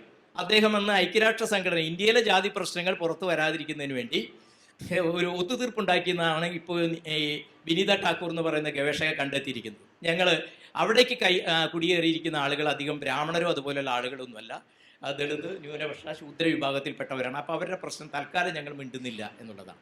ഏറ്റവും ഒരു കാര്യം കൂടി ഞാൻ പറഞ്ഞു നിർത്താം. ഇപ്പോൾ 2001 ഡബ്ലിനിൽ സമ്മേളനം ചേർന്നപ്പോൾ അന്നത്തെ നമ്മുടെ വിദേശകാര്യമന്ത്രി യശ്വന്ത് സിംഗ് അദ്ദേഹം പറഞ്ഞു വംശീയതയും ജാതീയതയുമായിട്ട് കൂട്ടിക്കുഴയ്ക്കണം.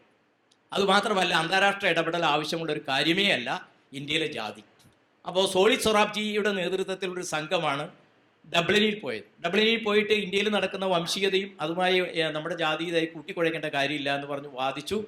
അതിൻ്റെ ഡിക്ലറേഷൻ വന്നു കഴിഞ്ഞപ്പോൾ ജാതിയുമായി അതിനെതിരായിട്ടുള്ള കർമ്മ പദ്ധതികൾക്കൊന്നും ഇല്ലാത്ത രൂപത്തിലേക്ക് കാര്യങ്ങൾ വരികയും ചെയ്തു.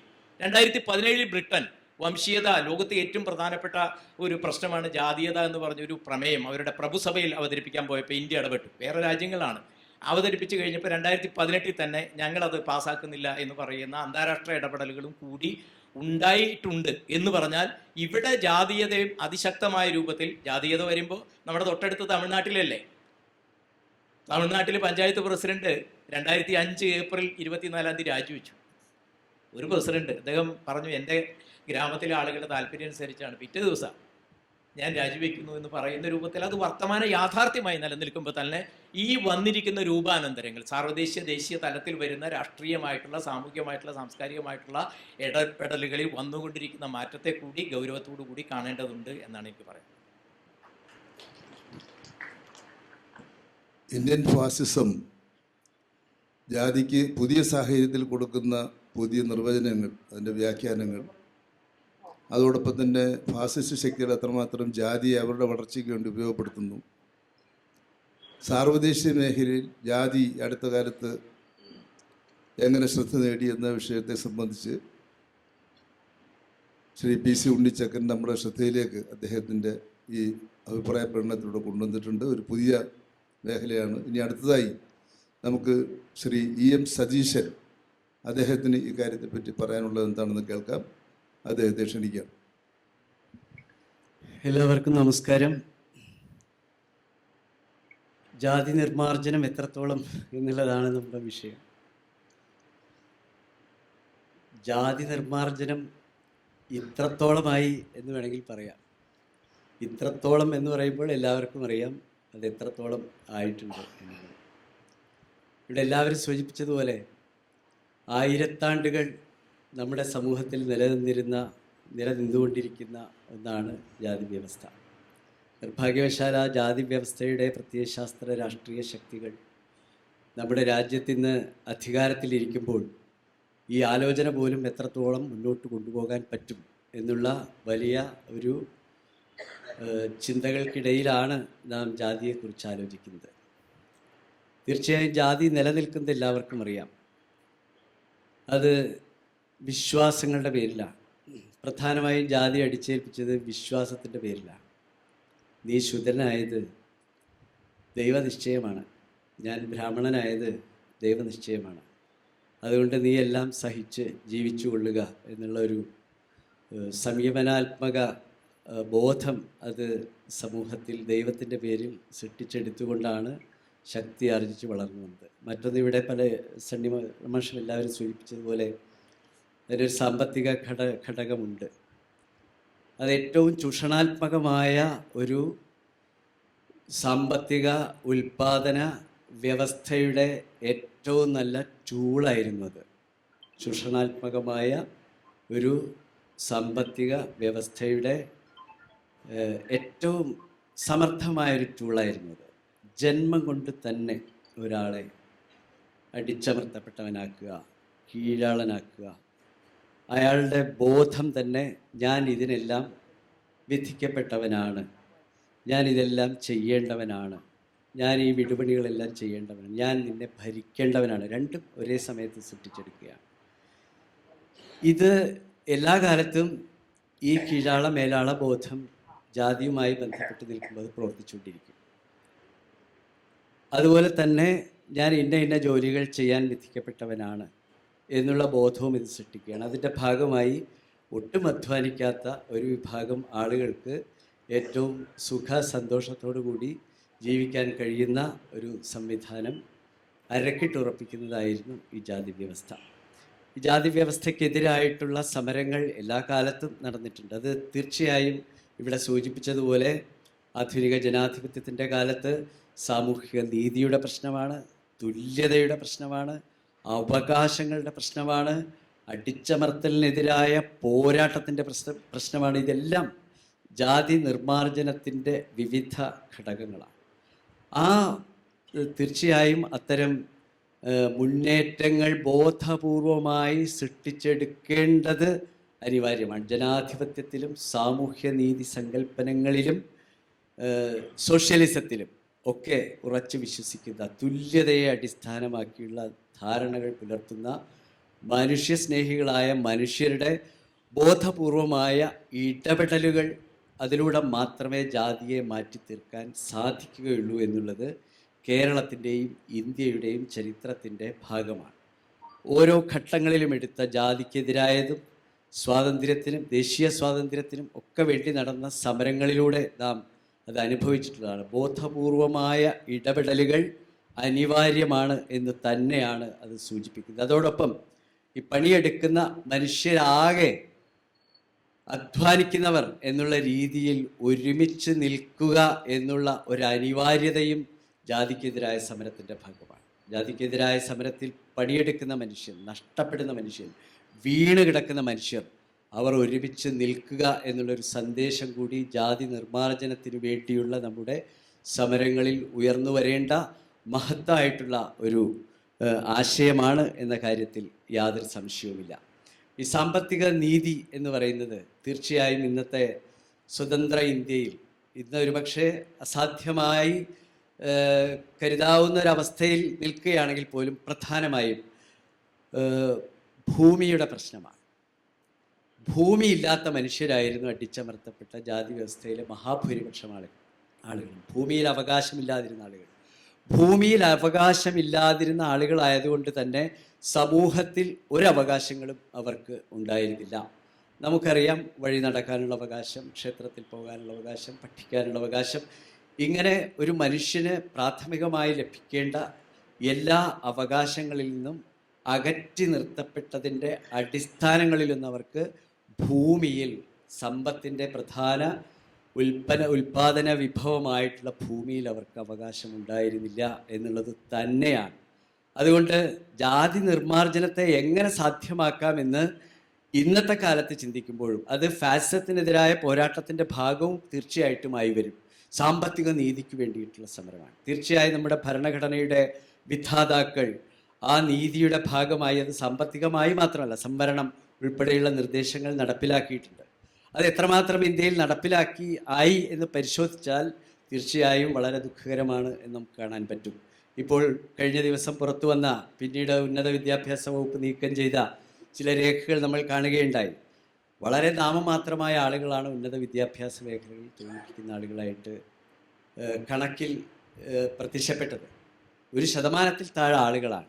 അർഹതപ്പെട്ട സംവരണ മാനദണ്ഡത്തിൻ്റെ അടിസ്ഥാനത്തിൽ അർഹതപ്പെട്ടവർക്ക് പോലും തൊഴിൽ ലഭിക്കുക എന്നുള്ളത് നടന്നില്ല. ഭൂമിയുടെ വിതരണം ഒരിക്കലും നടന്നില്ല. തൊഴിൽ ലഭിക്കാനുള്ള ഈ അവകാശം ഭരണഘടനാപരമായി ഉറപ്പ് നൽകിയിട്ട് പോലും അത് നടപ്പിലായില്ല. ഇത് എല്ലാം സൂചിപ്പിക്കുന്നത് ഭൂപരിഷ്കരണവും വിദ്യാഭ്യാസ രംഗത്തും ഇതിൻ്റെയൊക്കെ തുടർച്ചയായി വരുന്നതാണ് സാംസ്കാരികമായ നീതി. തീർച്ചയായും അത് ഈ 2 വിഷയങ്ങൾ പരിഹരിക്കപ്പെടേണ്ട ഒരു വിഷയമാണ്. ഭൂമിയില്ലാത്ത ഒരാൾക്ക്, എഴുന്നേറ്റ് നിൽക്കാൻ ശേഷിയില്ലാത്ത ഒരാൾക്ക്, അജ്ഞതയുള്ള ഒരാൾക്ക് ഏത് നീതിയെക്കുറിച്ചാണ് ചിന്തിക്കാൻ പറ്റുക? ഇത് ചരിത്രപരമായി ആയിരക്കണക്കിന് വർഷങ്ങളിലൂടെ നിഷേധിക്കപ്പെട്ടതിൻ്റെ ഭാഗമായി ഇന്ന് നിലനിൽക്കുന്ന ജാതി വ്യവസ്ഥയുടെ തുടർച്ചയായ ഭാഗമായ അസമത്വത്തെ ഇല്ലാതാക്കാൻ കഴിയണമെങ്കിൽ അതിൻ്റെ ഏറ്റവും പ്രാഥമികമായിട്ട് സാമ്പത്തിക നീതിക്ക് വേണ്ടിയുള്ള സമരം, ആ സാമ്പത്തിക നീതിയുടെ സമരത്തിൻ്റെ അടിസ്ഥാനം ഭൂമിക്ക് വേണ്ടിയുള്ള സമരമാണ്. ഭൂമിക്ക് വേണ്ടിയുള്ള സമരം വിജയിച്ചതിൻ്റെ ഒരു ഘട്ടം വരെ വിജയിച്ച ഒരു സംസ്ഥാനമാണ് ഈ കേരളം. ഇന്ത്യയിൽ ഒരുപക്ഷെ ഇത്രയും സമഗ്രമായ ഒരു ഭൂപരിഷ്കരണ നിയമം കേരളത്തിലേതുപോലെ നടപ്പിലാക്കിയിട്ടില്ല. അതിന് പരിമിതികളുണ്ടാകാം, പോരായ്മകളുണ്ടാകാം. അർഹതപ്പെട്ട മുഴുവൻ ആളുകൾക്കും ഭൂമി കിട്ടിയിട്ടുണ്ടാവില്ല. എങ്കിൽ പോലും ജന്മിത്വം എന്ന് പറയുന്ന ഏറ്റവും സമൂഹ ശ്രേണിയിലെ ഉന്നതന്മാരുടെ ഈ ഒരു വലിയ സ്വാധീനത്തെ, അവരെല്ലാ അർത്ഥത്തിലും സമൂഹത്തിൽ സ്വാധീനം ചെലുത്തവർ, അതിനെ ഒരു പരിധിവരെ പിടിച്ചുകെട്ടാൻ സമ്പൂർണമാണെന്ന് അവകാശപ്പെടുന്നില്ലെങ്കിൽ പോലും കേരളത്തിൽ നടന്ന, ഇന്ത്യയിൽ മറ്റെവിടെയും നടക്കാതെ പോയ ഈ ഭൂപരിഷ്കരണത്തിന് സാധിച്ചിട്ടുണ്ട്. അല്ലെങ്കിൽ അതിന് പോരായ്മകളുണ്ടാവാം, അത് ഇനിയും മുന്നോട്ട് കൊണ്ടുപോകേണ്ടതുണ്ടാവാം. അതുകൊണ്ട് കേരളത്തിൽ തീർച്ചയായും ഇന്ത്യ മഹാരാജ്യത്ത് മറ്റെവിടത്തേക്കാൾ സ്വതന്ത്രമായ ഒരു സമുദായവും ഒരു രാജ്യമായും ഇന്ന് കേരളം ജാതി വ്യവസ്ഥയുടെ നിഷ്ഠൂരമായ പീഡനങ്ങളെ അതിജീവിക്കാൻ കഴിഞ്ഞ, ജാതി വ്യവസ്ഥ കേരളത്തിലില്ലാന്ന് ഞാൻ അവകാശപ്പെടുന്നില്ല, ജാതിബോധം കേരളത്തിലുണ്ട്, ജാതി നല്ല രീതിയിൽ പ്രവർത്തിക്കുന്നുണ്ട്. പക്ഷേ അതിൻ്റെ സാമൂഹ്യമായിട്ടുള്ള അടിച്ചമർത്തൽ ശക്തിയെ ഒരു പരിധിവരെ കുറച്ചു കൊണ്ടുവരാൻ, അതിൻ്റെ ഇടപെടലിനെ കുറച്ചു കൊണ്ടുവരാൻ ഭൂപരിഷ്കരണവും വിദ്യാഭ്യാസവും ഉൾപ്പെടെയുള്ള പ്രവർത്തനങ്ങളിലൂടെ സാധിച്ചിട്ടുണ്ട്. തീർച്ചയായിട്ടും അതിന് പോരായ്മകളുണ്ട്. അതുകൊണ്ട് ജാതി നിർമ്മാർജ്ജനം എന്ന് പറയുന്നത് തീർച്ചയായും ഈ താഴെ തട്ടിലുള്ളവരും എല്ലാവരും മുകളിലേക്കും ഉയർന്നു വരേണ്ട കൃത്യമായിട്ടുള്ള ഇടപെടലുകളിലൂടെ അത് സാധ്യമാകണം. അതിലൊന്ന് മാത്രമാണ് സംവരണം, മറ്റൊന്ന് ഭൂപരിഷ്കരണമാണ്, വിദ്യാഭ്യാസമാണ്. മറ്റ് അനാചാരങ്ങൾക്കും ആചാരങ്ങൾക്കും എതിരായിട്ടുള്ള സമരം, അത് വളരെ പ്രധാനമാണ്.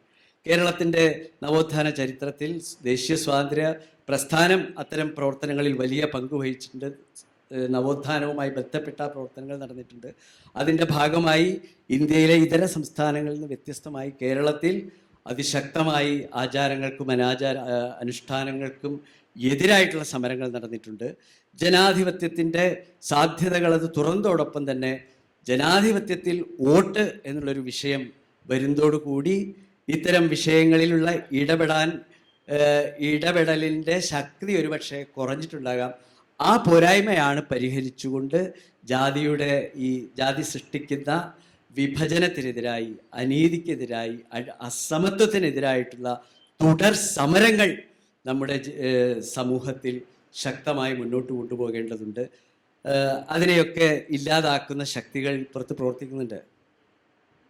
ജാത്യാഭിമാന ശക്തികൾ, മതാഭിമാന ശക്തികൾ, വർഗീയ ശക്തികൾ, അവരുടെ പ്രവർത്തനം ഇന്ന് തീർച്ചയായും ശക്തിപ്പെട്ടു വരുന്നുണ്ട്. നവോത്ഥാനത്തിൻ്റെ തുടർച്ച, പ്രവർത്തനങ്ങളുടെ പുതിയ കാലത്തിൻ്റെ തുടർച്ച തീർച്ചയായും നമ്മോട് ആവശ്യപ്പെടുന്ന ഒരു സാഹചര്യമാണ് അത് സൃഷ്ടിച്ചിട്ടുള്ളത്. നവോത്ഥാനം എന്ന് പറയുന്നത് തീർച്ചയായും നിരന്തരമായൊരു പ്രക്രിയയാണ്. ജാതി ഉന്മൂലനവും ജാതി നിർമ്മാർജ്ജനവും നിരന്തരമായൊരു പ്രക്രിയയാണ്.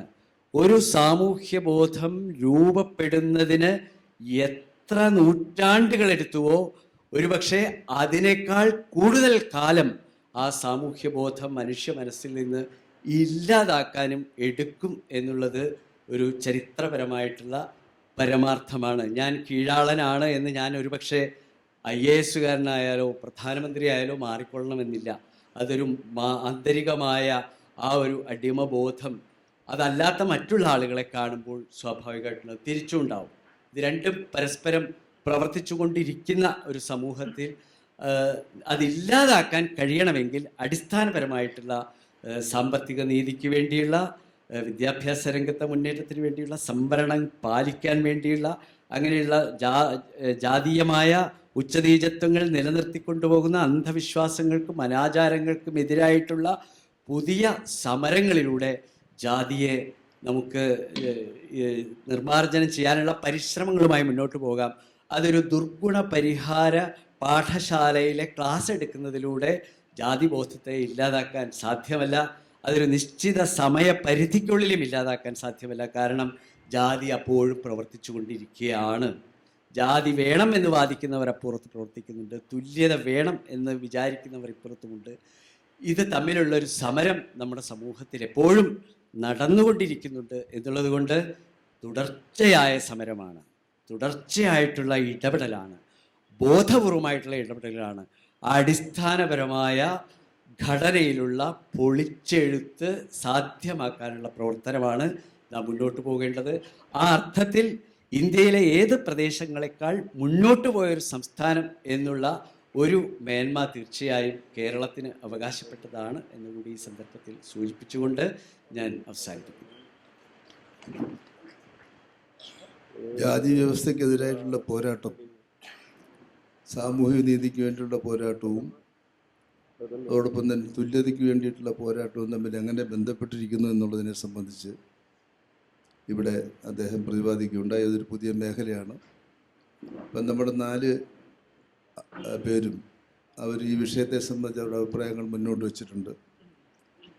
ജാതി നിർമ്മാർജ്ജനം എത്രത്തോളമായി എന്നുള്ളതാണല്ലോ നമ്മുടെ പ്രധാനമായിട്ടുള്ള ചോദ്യം.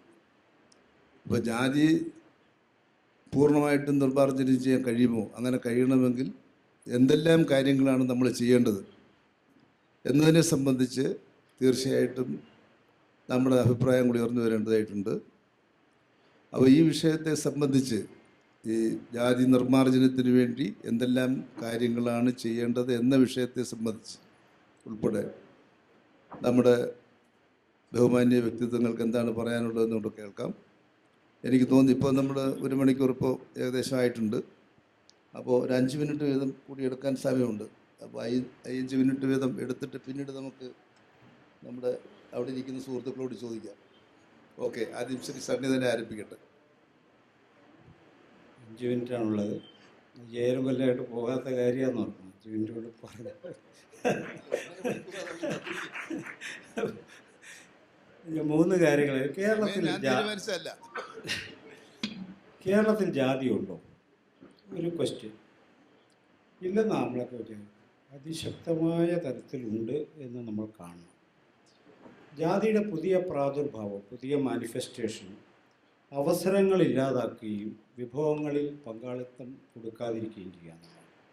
അത് വളരെ ബോധപൂർവമായൊരു പരിശ്രമം നടക്കുന്നു. ഇപ്പോൾ ഇവിടെ ഉണ്ണിച്ചക്കൻ സൂചിപ്പിച്ചു, തമിഴ്നാട്ടിലെ പ്രസിഡന്റിലെ വടക്കേന്ത്യയിലെ പ്രസിഡന്റിന് ഒരു രക്ഷയില്ല, കസേരപ്പിലിരിക്കാൻ പറ്റില്ല. ഇവിടെ 14 പേർക്കും അകത്ത് കയറിയിരിക്കാം, പക്ഷെ ഒരു പ്രയോജനമില്ല. അതാണ് യാഥാർത്ഥ്യം. നമ്മളിത് മനസ്സിലാക്കി. അവർ ആ ജനതയ്ക്ക് വേണ്ടി സംസാരിക്കുന്നില്ല എന്നുള്ളൊരു പ്രശ്നമുണ്ട്, പലതരത്തിലാണ്. രണ്ടാമതൊരു കാര്യം, ഈ സാമ്പത്തിക മേഖലയുടെ പരിഷ്കരണങ്ങൾ, ഫ്യൂഡൽ കാലഘട്ടത്തിലെ സമ്പദ്ഘടനയാണ് ജാതിയുടെ അടിസ്ഥാനമെന്നാണ് നമ്മൾ പണ്ട് വിലയിരുത്തുന്നത്. ഫ്യൂഡലിസം കഴിഞ്ഞു, മുതലാളിത്തം കഴിഞ്ഞു, സാമ്രാജ്യത്വമായി, ഗ്ലോബലൈസേഷനായി. പോസ്റ്റ് ഗ്ലോബലൈസേഷൻ ഘട്ടത്തിലും ജാതി അതിസാഹസ്യമായി അതിജീവിക്കുന്നുണ്ട് എന്നൊരു യാഥാർത്ഥ്യം നമ്മൾ മനസ്സിലാക്കും. ഇവിടെ ഞാൻ പറയാം, നമ്മളെ വളഞ്ഞു പിടിക്കുന്ന യഥാർത്ഥ സംഗതി ഈ വിശ്വാസമാണ്. നേരത്തെ സതീഷ് ഇവിടെ സൂചിപ്പിച്ചു, വിശ്വാസം ദൈവത്തിൻ്റെ വരദാനമാണ് ജാതി. അതാണ് നമ്മുടെ വിശ്വാസം. നമ്മൾ മിശ്രഭാഗം കഴിക്കാത്തത് നമുക്ക് ഇഷ്ടമില്ലാത്തതുകൊണ്ടല്ല, അത് ദൈവം അനുവദിക്കുകയല്ല. നമ്മൾ മറ്റൊരുത്തൻ്റെ പാത്രത്തിൽ നിന്ന് കഴിക്കാത്തത് നമുക്ക് രുചിയില്ലാത്തതുകൊണ്ടല്ല, അത് ദൈവം സമ്മതിക്കാത്തതുകൊണ്ടാണ്. ഈ വിശ്വാസത്തിൻ്റെ ഭാഗമായി നമ്മളെ വളഞ്ഞു പിടിച്ച ഒരു സാംസ്കാരിക അന്തരീക്ഷം കേരളത്തിൽ വളരെ ശക്തമാണ്. പരശുരാമനെ 3ാം ക്ലാസ് മുതലേ ഞാൻ അറിയുന്നുണ്ട്. എങ്ങനെയാണ് പരശുരാമൻ 3ാം ക്ലാസ്സിലെ പുസ്തകത്തിൽ കയറിയിരുന്നെന്ന് എനിക്കറിയത്തില്ല, പക്ഷേ എനിക്കറിയാം. അംബേദ്കർ പക്ഷേ ഞാനൊരിക്കലും കണ്ടിട്ടില്ല. ശ്രീരാമൻ ഇല്ലാത്ത മഹത്വമൊന്നുമില്ല, ഭയങ്കര കക്ഷിയാണ് അവരാണ് ശ്രീരാമനെക്കുറിച്ച്. രാമായണം അതിനേക്കാൾ മഹത്തായ കൃതിയാണെന്ന് പറയും. ഇതെല്ലാം പറഞ്ഞ് നടന്നു കഴിയുമ്പോൾ അവരോട് പ്രതിഷ്ഠ നടത്തും. അന്നേരം നമ്മൾ പറയാം അത് ശരിയായില്ലെന്ന്. ഏത് ശരിയായില്ല? ഞാൻ പറയുന്നത് ശ്രീരാമൻ മഹത്താണെന്ന് പറയുന്നത് ശരിയായില്ല എന്ന് നമുക്ക് എപ്പോൾ തോന്നുന്നു, അന്നേ നമുക്ക് ഈ കെണിയിൽ നിന്ന് പുറത്ത് കിടക്കാൻ പറ്റുള്ളൂ. ഇതാണ് ഇതിൻ്റെ യാഥാർത്ഥ്യം. അതുകൊണ്ട് നമ്മൾ ഈ ശാസ്ത്രത്തെ വിമർശിക്കില്ല, ശാസ്ത്രങ്ങളുടെ ആധികാരികതയെ ചോദ്യം ചെയ്യാതിരിക്കുക, അവയുടെ വിശുദ്ധിയിലും അനുശാസനത്തിലും വിശ്വാസമർപ്പിക്കാൻ ജനങ്ങളെ അനുവദിക്കുക. എന്നിട്ട് അവരുടെ പ്രവർത്തനങ്ങൾ മനുഷ്യത്വരഹിതമാണെന്നും ഹീനമാണെന്നും വിമർശിക്കുകയും കുറ്റപ്പെടുത്തുകയും ചെയ്യുക. ഇവയെല്ലാം സാമൂഹ്യ പരിഷ്കരണത്തിൻ്റെ ഘടകപ്പൊരുത്തമില്ലാത്ത മാർഗങ്ങളാണ്. നമ്മൾ ചെയ്യുന്ന എന്താണെന്ന് യഥാർത്ഥം നമ്മൾ അറിയുന്നില്ല. അതാണ് എൻ്റെ ഒരു പ്രശ്നം. നമ്മൾ എല്ലാ കുഴപ്പങ്ങളും ഉണ്ടാക്കാൻ ആൾക്കാർ ഒരു സൈഡിൽ പ്രേരിപ്പിക്കുക, മറു സൈഡിൽ നമ്മൾ ഇതെല്ലാം കുഴപ്പമാകട്ടോ എന്ന് പറയുക. നമുക്കൊരു തീരുമാനം വേണം. ആ തീരുമാനത്തെക്കുറിച്ചാണ് ഞാൻ ആദ്യമേ സംസാരിച്ചത്. അനുഭവങ്ങൾ അവിടെ നിൽക്കട്ടെ, ആക്രമണമൊക്കെ നിൽക്കട്ടെ, അത് മാത്രം പറഞ്ഞുകൊണ്ട് ഞാൻ അവസാനിക്കും. ഒറ്റ കാര്യമേ ഉള്ളൂ, വേറെ അധിക കാര്യമൊന്നും ഒറ്റ കാര്യമുള്ളൂ. നമ്മളുടെ പൊതു ചർച്ചകളിൽ കാസ്റ്റ് എത്രമാത്രം കടന്നു വരുന്നുണ്ട്, നമ്മുടെ പൊതു ചർച്ചകളിൽ കാസ്റ്റ് എത്രമാത്രം കടന്നു വരുന്നുണ്ട്, നമ്മളിൽ ജാതി പ്രവർത്തിക്കുന്നുണ്ടോ എന്ന് നമ്മൾ പരിശോധിക്കാറുണ്ട്. ഇപ്പോൾ കീഴാളർക്ക് ഭയങ്കര ജാതി അനുഭവമാണെന്നാണ് നമ്മളെല്ലാവരും പറയുന്നത്. കുഞ്ഞാമൻ മരിക്കുമ്പം കുഞ്ഞാമൻ സാറ് ജാതിയുടെ തീച്ചൂളയിൽ നിന്ന് വന്ന ആളാണ് ചില വിദ്വാൻമാർ കേരളത്തിൽ എഴുതിയത്. പ്രദീപൻ പാമ്പിരിക്കുന്നു മരിക്കുമ്പോൾ പറയുന്നത് പ്രദീപൻ ജാതിയുടെ എല്ലാ അക്രമങ്ങളും നേരിട്ട് വന്ന ആളാണ്. ഞാൻ നിങ്ങളോട് പറയുന്നൊരു കാര്യം അങ്ങനെയല്ല. ജാതി അനുഭവം ഇല്ലാത്ത ആരും ഇല്ലേ കേരളത്തിൽ. അതായത് ഈ സവർണ ചെറുപ്പക്കാരന് 80 വയസ്സുള്ള ഒരു ദളിതൻ കുഞ്ഞെ എന്ന് വിളിക്കുന്നത് ഒരു ജാതി അനുഭവമാണെന്ന് ഈ സവർണ ചെറുപ്പക്കാരനായ പൊട്ടന് എന്ന് മനസ്സിലാകുന്നു, അന്ന് മാത്രമേ കാസ്റ്റിനെ നമുക്ക് പിടികിട്ടത്തുള്ളൂ. അതൊരു ജാതി അനുഭവമാണ്. നമുക്കത് മനസ്സിലാവാത്തത്. ദളിതർക്ക് മാത്രമേ ജാതി അനുഭവമുള്ളൂ. അത് നമ്മൾ അങ്ങനെ കാണരുത്. അപ്പം അതുകൊണ്ട് നമ്മുടെ സ്ഥിര സംഭാഷണങ്ങളിൽ, വീട്ടിലെ സംഭാഷണങ്ങളിൽ എത്രമേൽ കാസ്റ്റ് കടന്നു വരുന്നു എന്ന് വളരെ പ്രധാനപ്പെട്ട അത് മാത്രം പറയാം. ഇൻ്ററഗേറ്റിംഗ് കാസ്റ്റ് ആസ് ദ നോം ഒരു മാനദണ്ഡമായി നമ്മൾ മനസ്സിലാക്കുന്നുണ്ടോ കാസ്റ്റിനെ? നേരത്തെ അദ്ദേഹം സൂചിപ്പിച്ചു, ഇന്ത്യൻ പ്രധാനമന്ത്രിയായാലും പ്രശ്നം അത് നോമാണ്. Theory and practice caste as a common sense, ഒരു കോമൺ സെൻസാണ്. അവനിപ്പോൾ അതങ്ങനെ പറഞ്ഞെന്ന് വിചാരിച്ചു നീ എന്തിനാണ് പ്രശ്നം ഉണ്ടാക്കുന്നത്? നമ്മളെപ്പോഴും പറയുന്നില്ല, അവനിപ്പോൾ അങ്ങനെ അറിയാതെ പറഞ്ഞതായിരുന്നു, സ്ലിപ്പ് ഓഫ് ടങ്. നിന്നെ ജാതി വിളിച്ചാൽ അങ്ങനെ നീ എന്തിനാ വെറുതെ പ്രശ്നം ഉണ്ടാകും, നീ മിണ്ടായിരിക്കും. ഇത് സ്ലിപ്പ് ഓഫ് ടങ്ങിൻ്റെ പ്രശ്നം. It is a sociology. ഇത് look at society and individual is a prerequisite, a necessary first step to fight for annihilation of caste. ജാതിക്കെതിരായ യുദ്ധത്തിൻ്റെ ആദ്യത്തെ സ്റ്റെപ്പ് എന്ന് പറയുന്നത് നമ്മൾ കാസ്റ്റിനെ ഒരു നോമായി മനസ്സിലാക്കുകയും അത് നമ്മുടെ കോമൺ സെൻസിൽ അന്തർലീനമായിരിക്കുന്ന ജാതി ബോധത്തെ തിരിച്ചറിയുകയും ചെയ്യുന്നൊരു സമൂഹമായി മാറുക എന്നുള്ളതാണ്. നമ്മളെ വളഞ്ഞു പിടിക്കുന്ന ഈ ശാസ്ത്രബോധത്തെ പുതിയ രൂപത്തിലൊക്കെ ആയിരിക്കും വരുന്നത്. ഹിന്ദു ശാസ്ത്രബോധത്തെ, ഈ ശ്രീരാമൻ്റെ മഹത്വത്തെക്കുറിച്ച് ആൾക്കാരെല്ലാം പറയും. ശ്രീരാമൻ എന്ത് എത്തിക്സിനെയാണ് പ്രതിനിധാനം ചെയ്യുന്നത് എന്ന് നമ്മളെന്താ പറയാത്തത്? ഒറ്റ കാര്യമുള്ളൂ, ശ്രീരാമൻ ദൈവമാണ്. നമുക്ക് പേടിയാണ് പറയാൻ. ശബരിമലയിൽ വലിയ പ്രസംഗം നടത്തിയിട്ട് വീട്ടിലേക്ക് ചെല്ലുമ്പം വീട്ടിലിരിക്കുന്നൊരു ദൈവത്തോടാണോ കളി എന്നാണ് യുവജന പ്രസ്ഥാന നേതാക്കളോട് വീട്ടിലിരിക്കുന്നവർ ചോദിക്കുന്നത്. അപ്പോൾ ദൈവമാണ് ഇതിൻ്റെയൊക്കെ പിന്നിലുള്ളത്. ഇത് വിലക്കുകളുടെ ഒരു തത്വശാസ്ത്രമാണ്. അതുകൊണ്ട് നമ്മളുടെ കാലത്ത് ജാതി അതിഭയാനകമായ തരത്തിൽ തിരിച്ചു വന്നിട്ടുണ്ട്. ബ്രാഹ്മണ സേവയുടെ രൂപത്തിലാണ് തിരിച്ചു വന്നത്. അതുകൊണ്ട് ഭരിക്കുന്നത് OBC ആണോ സാക്ഷാൽ ST തന്നെയാണോ എന്നത് കാര്യമല്ല. അവർ ബ്രാഹ്മണ സേവകരാണോ, ബ്രാഹ്മണ്യത്തെ ശിരസ വഹിക്കുന്നവരാണോ എന്നതാണ് നമ്മൾ നോക്കേണ്ടത്. ആ നിലക്ക് നോക്കുമ്പോൾ നമ്മൾ ദൈനംദിന ചർച്ചയിൽ നമ്മൾ കാസ്റ്റിനെ ഒരു സെൻട്രൽ ക്വസ്റ്റ്യനായി അഡ്രസ്സ് ചെയ്യാൻ നമ്മൾ പഠിക്കണം. കാസ്റ്റിനെ മൂടി വെക്കുകയല്ല ചെയ്യേണ്ടത്. കീഴാളർക്ക് ഈ പറയുന്ന ഇൻഫീരിയറിറ്റി കോംപ്ലക്സ് ആണെന്നൊക്കെ പറയുന്ന വിധമുള്ള തെറ്റായ തിയറികൾ നമ്മൾ കൈയൊഴിയുക. മറിച്ച് നമ്മളെല്ലാവരും അകപ്പെട്ടിരിക്കുന്ന കെണിയാണെന്ന് മനസ്സിലാക്കുക. അതിൽ നിന്ന് എല്ലാവരും കൂടി പുറത്ത് കിടക്കണം. കുറച്ച് പേർക്ക് മാത്രമായിട്ട് പുറത്ത് കിടക്കാൻ പറ്റും. എല്ലാവരും കൂടി പുറത്ത്. അതിനൊരു കോമൺ സ്പേസ് നമ്മുടെ ദൈനംദിന ചർച്ചകളിൽ അങ്ങനെ കോമൺ സ്പേസ് ഉണ്ടാക്കിയെടുക്കാൻ പറ്റും. പബ്ലിക് സ്പേസിൽ ജാതി എങ്ങനെയാണ് കേരളത്തെ ബാധിക്കുന്നത് എന്ന് പറഞ്ഞ് ജാതിവാദിയായിപ്പോയ ഒരാളാണ്. അത് പറഞ്ഞത് അല്ലാണ്ട് ഞാൻ എൻ്റെ ജാതിക്ക് വേണ്ടി ഒന്നും പറയാറുമില്ല. എൻ്റെ ജാതിയിൽ ഭാഗവുമല്ല. അപ്പോൾ പക്ഷേ നമുക്കത് വേണം. അതാണ് ആൻറ്റി കാസ്റ്റ് പൊസിഷൻ എന്ന് പറയുന്നത്. അനിഹിലേഷൻ ഓഫ് കാസ്റ്റിൻ്റെ പ്രാഥമികമായ ഉപാധി ജാതിയെക്കുറിച്ച് ബോധ്യമുള്ള ഒരു പൗരസമൂഹമായി നമ്മൾ മാറുക എന്നതാണ്. ഇന്ത്യയിലെ പുതിയ സാഹചര്യത്തിൽ ജാതി ഒരു പുതിയ രൂപത്തിൽ കൂടുതൽ ശക്തമായി വന്നുകൊണ്ടിരിക്കുന്നു എന്നാണ് ശ്രീ സണ്ണി ഇവിടെ സൂചിപ്പിച്ചത്. അത് നിർമ്മാർജ്ജനം ചെയ്യുന്നതിന് ജാതിയെ നന്നായി എല്ലാ വിഭാഗങ്ങളും ഒരുപോലെ ചേർന്ന് അഡ്രസ്സ് ചെയ്തെങ്കിൽ മാത്രമേ കഴിയുള്ളൂ എന്നാണ് അദ്ദേഹം പറഞ്ഞതെന്നാണ് ഞാൻ മനസ്സിലാക്കുന്നത്. നമുക്ക് ശ്രീമതി മാളവികയ്ക്ക് ഇക്കാര്യത്തിൽ എന്താണ് പറയാനുള്ളത് കൂടെ കേൾക്കാം.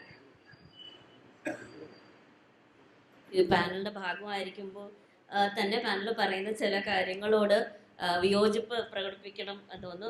ഇത് ശ്രീ എം സതീശൻ പറഞ്ഞ പല കാര്യങ്ങളോടും വളരെ യോജിപ്പാണ്. പക്ഷെ ഒന്ന് രണ്ട് കാര്യങ്ങൾ ചൂണ്ടിക്കാണിക്കണമെന്ന് തോന്നുന്നു. അത് എം സതീശന്റെ പ്രസംഗങ്ങളിൽ മാത്രമല്ല, ഇന്ന് പറഞ്ഞതിൽ മാത്രമല്ല, ഞാൻ പല പ്രസംഗങ്ങളിലും കേൾക്കുന്ന ഒരു കാര്യമാണ്. അതായത് കീഴാളന്റെ കീഴാളത്വ ബോധം.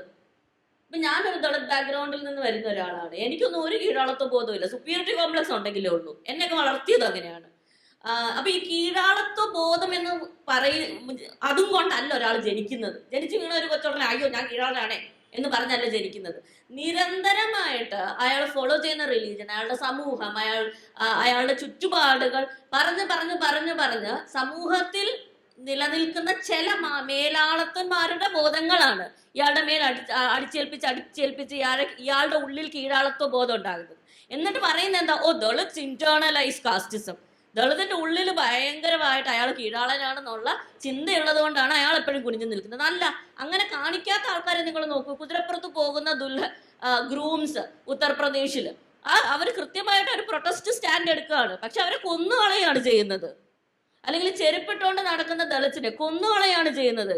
ഇവർ ഞങ്ങളും ഈക്വൽ ആണെന്ന് കാണിക്കുമ്പോൾ ചില ജാതി മേലാളന്മാരുടെ മേലാളത്വ ബോധം ഇറങ്ങി ആ ഓപ്പറേഷൻ കില്ലിങ്ങിൽ അവസാനിക്കുന്ന, അനഹൈലേഷൻ ഓഫ് കാസ്റ്റ് അല്ല, അനഹൈലേഷൻ ഓഫ് ദളിറ്റ്സിൽ അവസാനിക്കുന്ന ഒരു ഇന്ത്യയിലാണ് നമ്മൾ ജീവിക്കുന്നതെന്ന് ഓർക്കണം. അവിടെ വീണ്ടും കീഴാളന്റെ കുഴപ്പമാണിത് എന്നുള്ള രീതിയിൽ പറയുന്നത് വിക്ടിം ഷെയ്മിങ് ആണ്. അത് വിക്ടിം ഷെയ്മിങ് ആണെന്ന് തന്നെ നമ്മൾ മനസ്സിലാക്കേണ്ടിയിരിക്കുന്നു. അതുപോലെ പറയുന്ന ഒരു സാധനമാണ് ഇങ്ങനെ അജ്ഞതയുള്ളൊരു സമൂഹം, അല്ലെങ്കിൽ ഭൂമി ഇല്ലാതെ കഷ്ടപ്പെടുന്ന ഒരു സമൂഹം. ഭൂമി ഉണ്ടായിരുന്ന ഒരുപാട് ദളിച്ചുണ്ട് ഇവിടെ. ഭൂമി ഉണ്ടായിരുന്ന ഒരുപാട് ട്രൈബൽ മനുഷ്യരുണ്ട്. നമ്മുടെ ലാൻഡ് ഡിസ്ട്രിബ്യൂഷൻ കഴിഞ്ഞിട്ട് ഭൂമി നഷ്ടപ്പെട്ട മനുഷ്യരാണ് ട്രൈബൽ മനുഷ്യരെന്നുള്ളത്. അപ്പം ഭൂമി ഉണ്ടായിരുന്നതും ഇല്ലാതിരുന്നതും ഒരു ഓപ്പറേഷൻ്റെ അളവുകോലല്ല. അത് ഓഫ് കോഴ്സ് അതിന് ഇമ്പാക്ട് ചെയ്തോട്ടെ, എക്കണോമിക് ഇമ്പാക്ട് വളരെ കൃത്യമായിട്ട് നമുക്ക് മാപ്പ് ചെയ്യാൻ പറ്റുന്നതാണ്. പക്ഷെ അത് മാത്രമല്ല പ്രശ്നം. അതുപോലെ ദളിത് അജ്ഞത എന്ന് പറയുന്നത് എത്ര ഫോംസ് ഓഫ് ദളിത് നോളജ് ഉണ്ട്, എത്രയോ റിസർച്ച് പേപ്പേഴ്സ് എഴുതപ്പെടുന്നുണ്ട്, എത്രയോ ബുക്കുകൾ തന്നെ ദളിത് ബഹുജൻ നോളജ് സിസ്റ്റത്തിനെ കുറിച്ച്, ദളിത് ബഹുജൻ എപ്പിസ്റ്റീംസിനെ കുറിച്ചും വരുന്നുണ്ട്. എന്നിട്ടും വീണ്ടും പറയുന്നത് കീഴാളൻ്റെ അജ്ഞത എന്ന് പറയുന്നത് അതിനോട് എനിക്ക് ഒട്ടും യോജിക്കാൻ പറ്റാത്തൊരു കാര്യമാണ്. ഇവിടെ മിഡ് വൈഫറി, ഞാൻ ആയുർവേദത്തിൽ വർക്ക് ചെയ്യുന്ന ഒരാളാണ്. മിഡ് വൈഫറി എന്നുള്ള ഒരു ജ്ഞാന മേഖല നിലനിർത്തിയത് കീഴാള സ്ത്രീകളാണ്. So I do not understand these usages. I am terribly sorry. അപ്പോൾ കീഴാളന്റെ ജ്ഞാന മേഖലയെ അജ്ഞത എന്ന് പറയുന്നത് നിങ്ങളുടെ നോളജ് അല്ല, അല്ലെങ്കിൽ നിങ്ങളുടെ നോളജ് അല്ല, നിങ്ങളുടെ സ്കില്ലല്ല എന്ന് പറയുന്ന ഒരു ജനറൽ ടെൻഡൻസി, അറിഞ്ഞോ അറിയാതെ, നമ്മൾ മനഃപൂർവ്വമായിട്ട് ഞാൻ ഒപ്രസർ ആയതുകൊണ്ടോ എനിക്ക് അങ്ങനെ ഒരു മനോഭാവം ഉള്ളത് കൊണ്ടോ അല്ല നമ്മൾ പലപ്പോഴും പ്രസംഗിക്കുന്നത്. പക്ഷെ നമ്മൾ കേൾക്കുന്ന ഒരു കാര്യം ഇങ്ങനെയാണ്. ഇതുകൊണ്ടാണ് ഈ എസൻഷ്യൽ, ഇപ്പോൾ രോഹിത് വെമുല വളരെ മനോഹരമായിട്ട് അദ്ദേഹത്തിൻ്റെ ഡെത്ത് നോട്ടിലാണ്, സൂയിസൈഡ് നോട്ടിലാണ് എഴുതുന്നത്.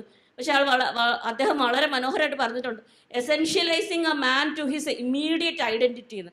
അദ്ദേഹത്തിൻ്റെ കാസ്റ്റ് ഐഡന്റിറ്റിയിലേക്ക് ഒരു മനുഷ്യനെ ചുരുക്കി കൊണ്ടുവരുന്ന ഒരു പ്രവണത എന്ന് പറയുന്നത് നമ്മുടെ ഒക്കെ ഉള്ളിലുള്ളത് കൊണ്ട്.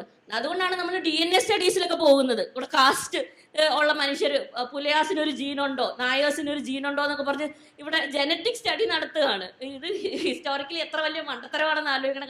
കാരണം അത്രയധികം കലർപ്പുകൾ നടന്ന കേരളം പോലൊരു സ്ഥലത്തിലാണ് നമ്മൾ DNA സ്റ്റഡീസിന് പോകുന്നതെന്ന് ആലോചിക്കണം. പക്ഷെ എന്താണ് ഇതിൽ കൂടെ നമ്മൾ പറയാൻ ശ്രമിക്കുന്നത്? ഓരോ ജാതികൾക്കും ഇൻഹറൻ്റ് ആയിട്ടുള്ള ചില സ്വഭാവങ്ങളുണ്ട്. ആ സ്വഭാവങ്ങൾ കാരണമാണ് അവർക്ക് മുമ്പോട്ട് വരാൻ പറ്റാത്തതെന്നുള്ള രീതിയിലുള്ള ഒരു നാരറ്റീവ് മുമ്പോട്ട് വെക്കുന്നത് വളരെ ഡേഞ്ചറസ് ആയിട്ടാണ് എനിക്ക് തോന്നുന്നത്.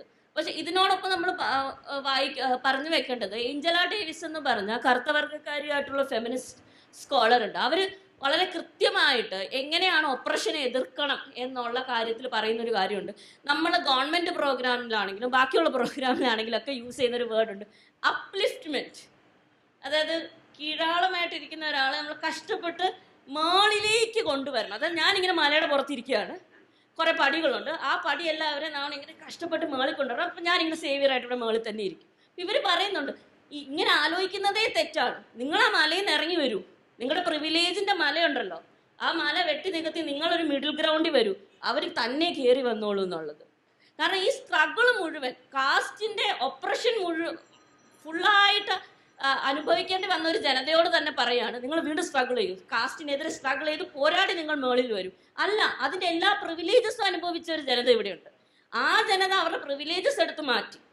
കാരണം നിങ്ങൾക്ക് ഗുഡ് ഹ്യൂമൻ ബീയിങ്സ് ആകണമെങ്കിൽ, if you want to be people who believe in the constitution, നിങ്ങൾ കോൺസ്റ്റിറ്റ്യൂഷൻ ഫോളോ ചെയ്യുന്ന ആക്ച്വൽ സെക്യുലർ ആയിട്ടുള്ള മനുഷ്യരാകണമെങ്കിൽ, ആക്ച്വൽ ഗുഡ് ഹ്യൂമൻ ബീയിങ്സ് ആണെങ്കിൽ നിങ്ങൾ നിങ്ങളുടെ കാസ്റ്റ് പ്രിവിലേജസ് എടുത്തു മാറ്റും, നിങ്ങളുടെ കാസ്റ്റ് സർനെയിംസ് എടുത്തു മാറ്റും, നിങ്ങളുടെ കാസ്റ്റ് ആചാരങ്ങൾ എടുത്തു മാറ്റും. നിങ്ങൾ എവിടെയൊക്കെ മനുഷ്യരെ ഒപ്രസ് ചെയ്യുന്നുണ്ടോ അതൊക്കെ തിരിച്ചറിഞ്ഞ് മനഃപൂർവ്വമായിട്ട് നിങ്ങളുടെ ഓരോ ദിവസത്തെ ഡെയിലി റുട്ടീനിൽ കാസ്റ്റ് എവിടെയൊക്കെ ഫംഗ്ഷൻ ചെയ്യുന്നുണ്ടോ അതെല്ലാം വെട്ടിമാറ്റി നിങ്ങൾ ആ മിഡിൽ ഗ്രൗണ്ടിൽ എത്തി വന്ന് നിൽക്കും. അല്ലാതെ വീണ്ടും ഈ ഒപ്രസ് ചെയ്യപ്പെട്ട ചൂഷണം അനുഭവിച്ച മർദ്ദിതരായിട്ടുള്ള മനുഷ്യരോട് നിങ്ങൾ വീണ്ടും ഫൈറ്റ് ചെയ്യൂ, നിങ്ങൾ വീണ്ടും സോളിഡാരിറ്റീസ് ഫോർജ് ചെയ്യുന്നു എന്ന് പറയുന്നതിൽ എത്രത്തോളം അതിൽ ഒരു ഇൻറ്റഗ്രിറ്റി ഉണ്ടെന്ന് തന്നെ എനിക്ക് സംശയമാണ്. ഒരു കാര്യം കൂടെ പറഞ്ഞു നിർത്താം.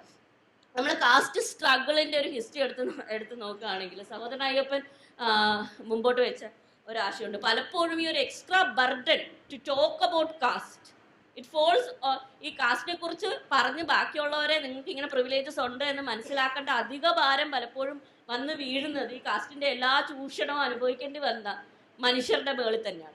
പക്ഷെ അത് കാരണം ഇവർ കാസ്റ്റിനെ കുറിച്ച് പ്രൊഡ്യൂസ് ചെയ്തൊരു നോളജ് ഉണ്ട്, ഒരു ക്രിട്ടീക്ക് ഉണ്ട്. ആ ക്രിട്ടീക്കിന് ജ്യോതിബ ഭൂലെയുടെ അത്രയും തന്നെ പഴക്കമുണ്ട്, അല്ലെങ്കിൽ മേ ബി അതിനു മുമ്പേ ഭാസവയുടെ അത്രയും പഴക്കമുണ്ട്. അതായത് 12ാം നൂറ്റാണ്ടിൽ കാസ്റ്റിനെതിരെ ഫൈറ്റ് ചെയ്ത ഭാസവയുടെ അത്രയും പഴക്കമുണ്ട്.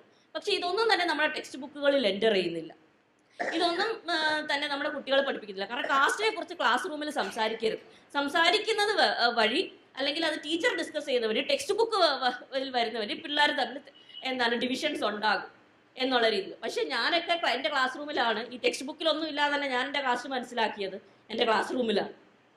ചില കുട്ടികൾ എന്തുകൊണ്ടാണ് അവരുടെ ലഞ്ച് ബോക്സ് ഷെയർ ചെയ്യാത്തത്, എന്നുള്ള ഒരു ക്വസ്റ്റ്യൻ തന്നെയാണ് ഞാൻ ആദ്യമായിട്ട് കാസ്റ്റ് അനുഭവിക്കുന്നത്. അത് പിന്നീട് ഒരുപാട് കാലം കഴിഞ്ഞാൽ മനസ്സിലാകുന്നത്, ഓ അവർക്ക് നോൺ വെജിറ്റേറിയൻ ഫുഡിന് തൊട്ടടുത്ത് പോലും ഇരിക്കാൻ പറ്റാത്തത് കൊണ്ടാണ്. അത് ആ വഴി അവരൊരു സുപ്പീരിയോറിറ്റി ക്ലെയിം ചെയ്യുന്ന വഴിയാണ്. But this should be included in the text books. This should be taught in schools. This should be part and parcel of academic curriculum. എന്നാൽ മാത്രമേ നമുക്ക് കാസ്റ്റിനെ ഒരു ഫുള്ളി അതിൻ്റെ ദൂഷ്യവശങ്ങൾ മനസ്സിലാക്കി ഒപ്രസർ ആരാണെന്നും ഒപ്രസ്ഡ് ആരാണെന്നും മനസ്സിലാക്കി തന്നെ നമ്മുടെ നെക്സ്റ്റ് ജനറേഷനെങ്കിലും മുമ്പോട്ട് പോവുകയുള്ളൂ. യെസ്, ഇനി നമുക്ക് ശ്രീമതി മാളവിക ചില പുതിയ പ്രശ്നങ്ങളെ സംബന്ധിച്ചാണ് ഇവിടെ സംസാരിച്ചത്. എനിക്ക് തോന്നുന്നു കുറച്ച് നമ്മുടെ പ്രധാനപ്പെട്ട സബ്ജക്റ്റിൽ നിന്ന് മാറി എന്നൊരു സംശയമുണ്ട്. എന്തായാലും അതിനെ സംബന്ധിച്ചൊരു കമൻറ്റ് പറയുന്നില്ല. ശ്രീ PC ഉണ്ണിച്ചക്കൻ സഖാവ് ശ്രീ PC ഉണ്ണിച്ചക്കൻ ഇതിനെപ്പറ്റി എന്താണ് പറയാനുള്ളതെന്ന് കേൾക്കാം. ഏതൊരു വിഷയത്തെയും ഈ വർത്തമാന സാമൂഹിക സാമ്പത്തിക രാഷ്ട്രീയ അവസ്ഥയിലായിട്ട് ബന്ധപ്പെടുത്തി തന്നെ കാണുന്നതാണ് ശാസ്ത്രീയമായൊരു സമീപനം എന്നാണ് ഞാൻ കരുതുന്നത്. അതല്ലാതെ ഏതിനെ നോക്കിക്കണ്ടാലും നമുക്ക് ചിലപ്പോൾ ഒരു ആത്മസംതൃപ്തി ഉണ്ടാവും. അതിനപ്പുറത്തേക്ക് വസ്തുതകളെ നമ്മളിപ്പോൾ വേരോടെ പിഴുതെറിയേണ്ട ഒരു വിപത്തിനെ കുറിച്ചാണ് നമ്മൾ ചർച്ച ചെയ്യുന്നത്. ഇപ്പോൾ കേരളത്തിൻ്റെ വർത്തമാന സ്ഥിതി നമ്മൾ നോക്കുമ്പോൾ ഇപ്പോൾ പരാമർശിച്ചു പോയ ചില കാര്യങ്ങൾ പറയാതെ പോകാൻ പറ്റില്ല. നമ്മൾ ഭൂപരിഷ്കരണവുമായി ബന്ധപ്പെട്ടുകൊണ്ട് അതൊരു വലിയ സ്റ്റെപ്പായിരുന്നു. പക്ഷേ അതിന് തുടർച്ചയുണ്ടായില്ല എന്നുള്ളത് അതിൻ്റെ ഒരു പരിമിതിയായിരുന്നു. അതുപോലെ തന്നെ നവോത്ഥാനം ഒരു പുതിയ തരത്തിലുള്ള ചില കാര്യങ്ങൾ മുന്നോട്ട് വെച്ചിരുന്നു. ഇപ്പോൾ മാളവിക സഹോദരൻ അയ്യപ്പനെ കുറിച്ച് പറഞ്ഞു കഴിഞ്ഞപ്പോൾ സഹോദര പ്രസ്ഥാനം അതിൻ്റെ പരിപാടികൾ ആരംഭിക്കുമ്പോൾ ആദ്യം തന്നെ പ്രാർത്ഥനയ്ക്ക് പകരം ചൊല്ലിയിരുന്നൊരു മുദ്രാവാക്യമുണ്ട്. ജാതി നാശത്തേക്ക് ജയ്, മതനാശത്തേക്ക് ജയ്, ദൈവനാശത്തേക്ക് ജയ്. അത് അങ്ങനെ തന്നെ ഇപ്പോൾ നമ്മൾ പറയണമെന്നുള്ള അർത്ഥത്തിലല്ല. പക്ഷെ നമ്മുടെ ഒരു നവോത്ഥാനത്തിൻ്റെ തുടർച്ച എന്ന് പറയുമ്പോൾ അതിൻ്റെ ഒരു പാരമ്പര്യം എന്ന് പറയുന്നത് അവിടെ ഉണ്ടായിരുന്നു. പക്ഷെ നമുക്ക് എവിടെയൊക്കെയോ വെച്ച് ചില വേരുകൾ അതിൻ്റെ തുടർച്ചകൾ നഷ്ടപ്പെട്ടു പോയിട്ടുണ്ട് എന്നുള്ളത് കൊണ്ടാണ് ഇപ്പോൾ സച്ചിദാനന്ദനൊക്കെ പറയുന്ന പോലെ ഏറുന്നു നമ്മൾ ഒഴിപ്പിച്ച പിശാചുക്കൾ എന്ന് പറയുന്നത് പോലെ ചുറ്റും നമ്മളെ സംബന്ധിച്ചിടത്തോളം വരുന്ന ചില കാര്യങ്ങളുണ്ട്. മുറിച്ചു കളഞ്ഞ വാലുകളൊക്കെ പതുക്കെ പൊന്തി വരുന്ന പുതിയ സാഹചര്യങ്ങൾ ഉണ്ടാകുന്നുണ്ട്, പുതിയ തലങ്ങളിൽ വരുന്നുണ്ട്. അത് അഭിമാനപൂർവ്വമായി വരുന്ന ചില കാര്യങ്ങൾ ഉണ്ടാകുന്നുണ്ട്. ഈ ഓസോൺ പാളികളിൽ വിള്ളൽ ഉണ്ടാകുമ്പോഴാണ് കാലാവസ്ഥ വ്യതിയാനം അതുപോലെ ചില വിഷയം ഉണ്ടാകുന്നത്. കേരളത്തിൻ്റെ ഒരു അന്തരീക്ഷത്തിൽ നമുക്കൊരു പൊതുവേ പുരോഗമനകരമായിട്ടുള്ള ഒരു കവചം ഉണ്ടായിരുന്നു. ആ കവചത്തിൽ ചില വിള്ളലുണ്ടായിട്ടുണ്ട്. ആ വിള്ളൽ എന്തുകൊണ്ടുണ്ടായി എന്ന് ചോദിച്ചു കഴിഞ്ഞാൽ നേരത്തെ പറഞ്ഞ പല കാര്യങ്ങൾ നമ്മൾ ചെയ്യേണ്ട കാര്യങ്ങൾ ചെയ്യാതെ ചില സ്ഥലത്ത് നിലച്ചു പോയിട്ടുണ്ട് എന്നുള്ളത് നോക്കണം. ഇപ്പോൾ കാർഷിക പരിഷ്കാരത്തിൻ്റെ 70-ലെ ഭൂപരിഷ്കരണ ബില്ലൊക്കെ വന്നു കഴിഞ്ഞപ്പോൾ പറഞ്ഞു പോയി നമ്മൾ ചാതുർവർണ്ണ്യത്തിൻ്റെ വേരറുത്തു എന്ന് പറയുന്ന ഒരു നിലപാടിലേക്കൊക്കെ എത്തി. നമുക്ക് ഭൂബന്ധങ്ങളിൽ മാറ്റമുണ്ടായി, വലിയ സ്റ്റെപ്പ് ഉണ്ടായി, പക്ഷെ തുടർച്ച ഉണ്ടായില്ല. ആ തുടർച്ച ഇല്ലാതിരുന്നത് കൊണ്ട് തന്നെ കോളിംഗ് ബെല്ലടിക്കുമ്പോൾ ചില ആളുണ്ടോ എന്ന് നോക്കുന്നു, എത്തി നോക്കുന്നത് പോലെ ഈ ഇവിടെ ഉറങ്ങിക്കിടന്നിരുന്ന ശക്തികളൊക്കെ പതുക്കെ ഉയരാൻ കഴിയുന്ന ഒരു സാഹചര്യം ഉണ്ടാകുന്നുണ്ട്. അപ്പം ഞാൻ അതുകൊണ്ടാണ് ആദ്യം പറഞ്ഞതുപോലെ നമുക്ക് ഇവിടെ നിന്ന് മാത്രം അടർത്തിയെടുത്ത് മാറ്റുകയല്ല. ലോകത്ത് ഇന്ത്യയിൽ ജാതിയാണെങ്കിൽ വേറെ സ്ഥലത്ത് വർണ്ണമാണ്, ചിലയിടത്ത് ജാതി, പലതിനെയും ഊതി വീർപ്പിച്ച് തങ്ങളുടെ താല്പര്യങ്ങൾക്ക് അനുസൃതമായി മാറ്റുന്ന സാർവദേശീയമായൊരു പരിസരവും കൂടി ബന്ധപ്പെടുത്തിക്കൊണ്ട് ഇതിനെ കാണേണ്ടതുണ്ട്. ജാതി നശീകരണം എന്ന് പറയുന്നത് ഇന്ത്യയിൽ ജനാധിപത്യം നിലനിൽക്കണമോ വേണ്ടയോ, ആഴത്തിൽ നിലനിൽക്കണമോ വേണ്ടയോ എന്നുള്ള മൗലിക ചോദ്യവുമായി ബന്ധപ്പെട്ടാണ്. അപ്പോൾ അതിനെന്ത് ചെയ്യണമെന്ന് ചോദിച്ചാൽ നേരത്തെ പറഞ്ഞ ഭൂപരിഷ്കരണത്തിൻ്റെ വിഷയമുണ്ട്, സമത്വ ബോധത്തിൻ്റെ പ്രശ്നമുണ്ട്, സാമൂഹ്യ നീതിയുടെ പ്രശ്നമുണ്ട്, സാമ്പത്തിക അസമത്വങ്ങൾ ഇല്ലായ്മ ചെയ്യേണ്ട പ്രശ്നങ്ങളുണ്ട്, പരസ്പരമായി സാമൂഹ്യ മാറ്റത്തിൻ്റെ അജണ്ടയുമായി ബന്ധപ്പെട്ടുകൊണ്ട് കൂടി വേണം. ഇപ്പോൾ Francis Fanon black skin white mask എന്ന് പറയുന്ന പുസ്തകത്തിൽ അദ്ദേഹം ഈ വർണ്ണ വിഷയവുമായി ബന്ധപ്പെട്ടുകൊണ്ട് കൈകാര്യം ചെയ്യുമ്പോൾ ഈ ഐഡന്റിറ്റി പൊളിറ്റിക്സിലേക്ക് വീണു പോകാതെ തന്നെ അദ്ദേഹം കൊളോണിയൽ വിരുദ്ധ സമരവുമായി ബന്ധപ്പെട്ടുകൊണ്ട് അതിനെ കണ്ണി ചേർക്കുന്നതിൻ്റെ ഒരു ഉദാഹരണം നമ്മുടെ മുന്നിലുണ്ട്. ഏതാണ്ട് അതേ രൂപത്തിൽ തന്നെ നമ്മുടേതായ ഇന്ത്യയുടെ ജാതിയുടെ പ്രശ്നങ്ങൾ നിലനിൽക്കുമ്പോൾ വർത്തമാന ലോകവും ഇന്ത്യയും എത്തി നിൽക്കുന്ന അവസ്ഥയുമായി കണ്ണി ചേർത്തുകൊണ്ട് തന്നെ ഈ പ്രക്ഷോഭങ്ങൾ അതിലുകൂടി കണ്ണി ചേർക്കേണ്ടതുണ്ട് എന്നാണ് എനിക്ക് തോന്നുന്നത്.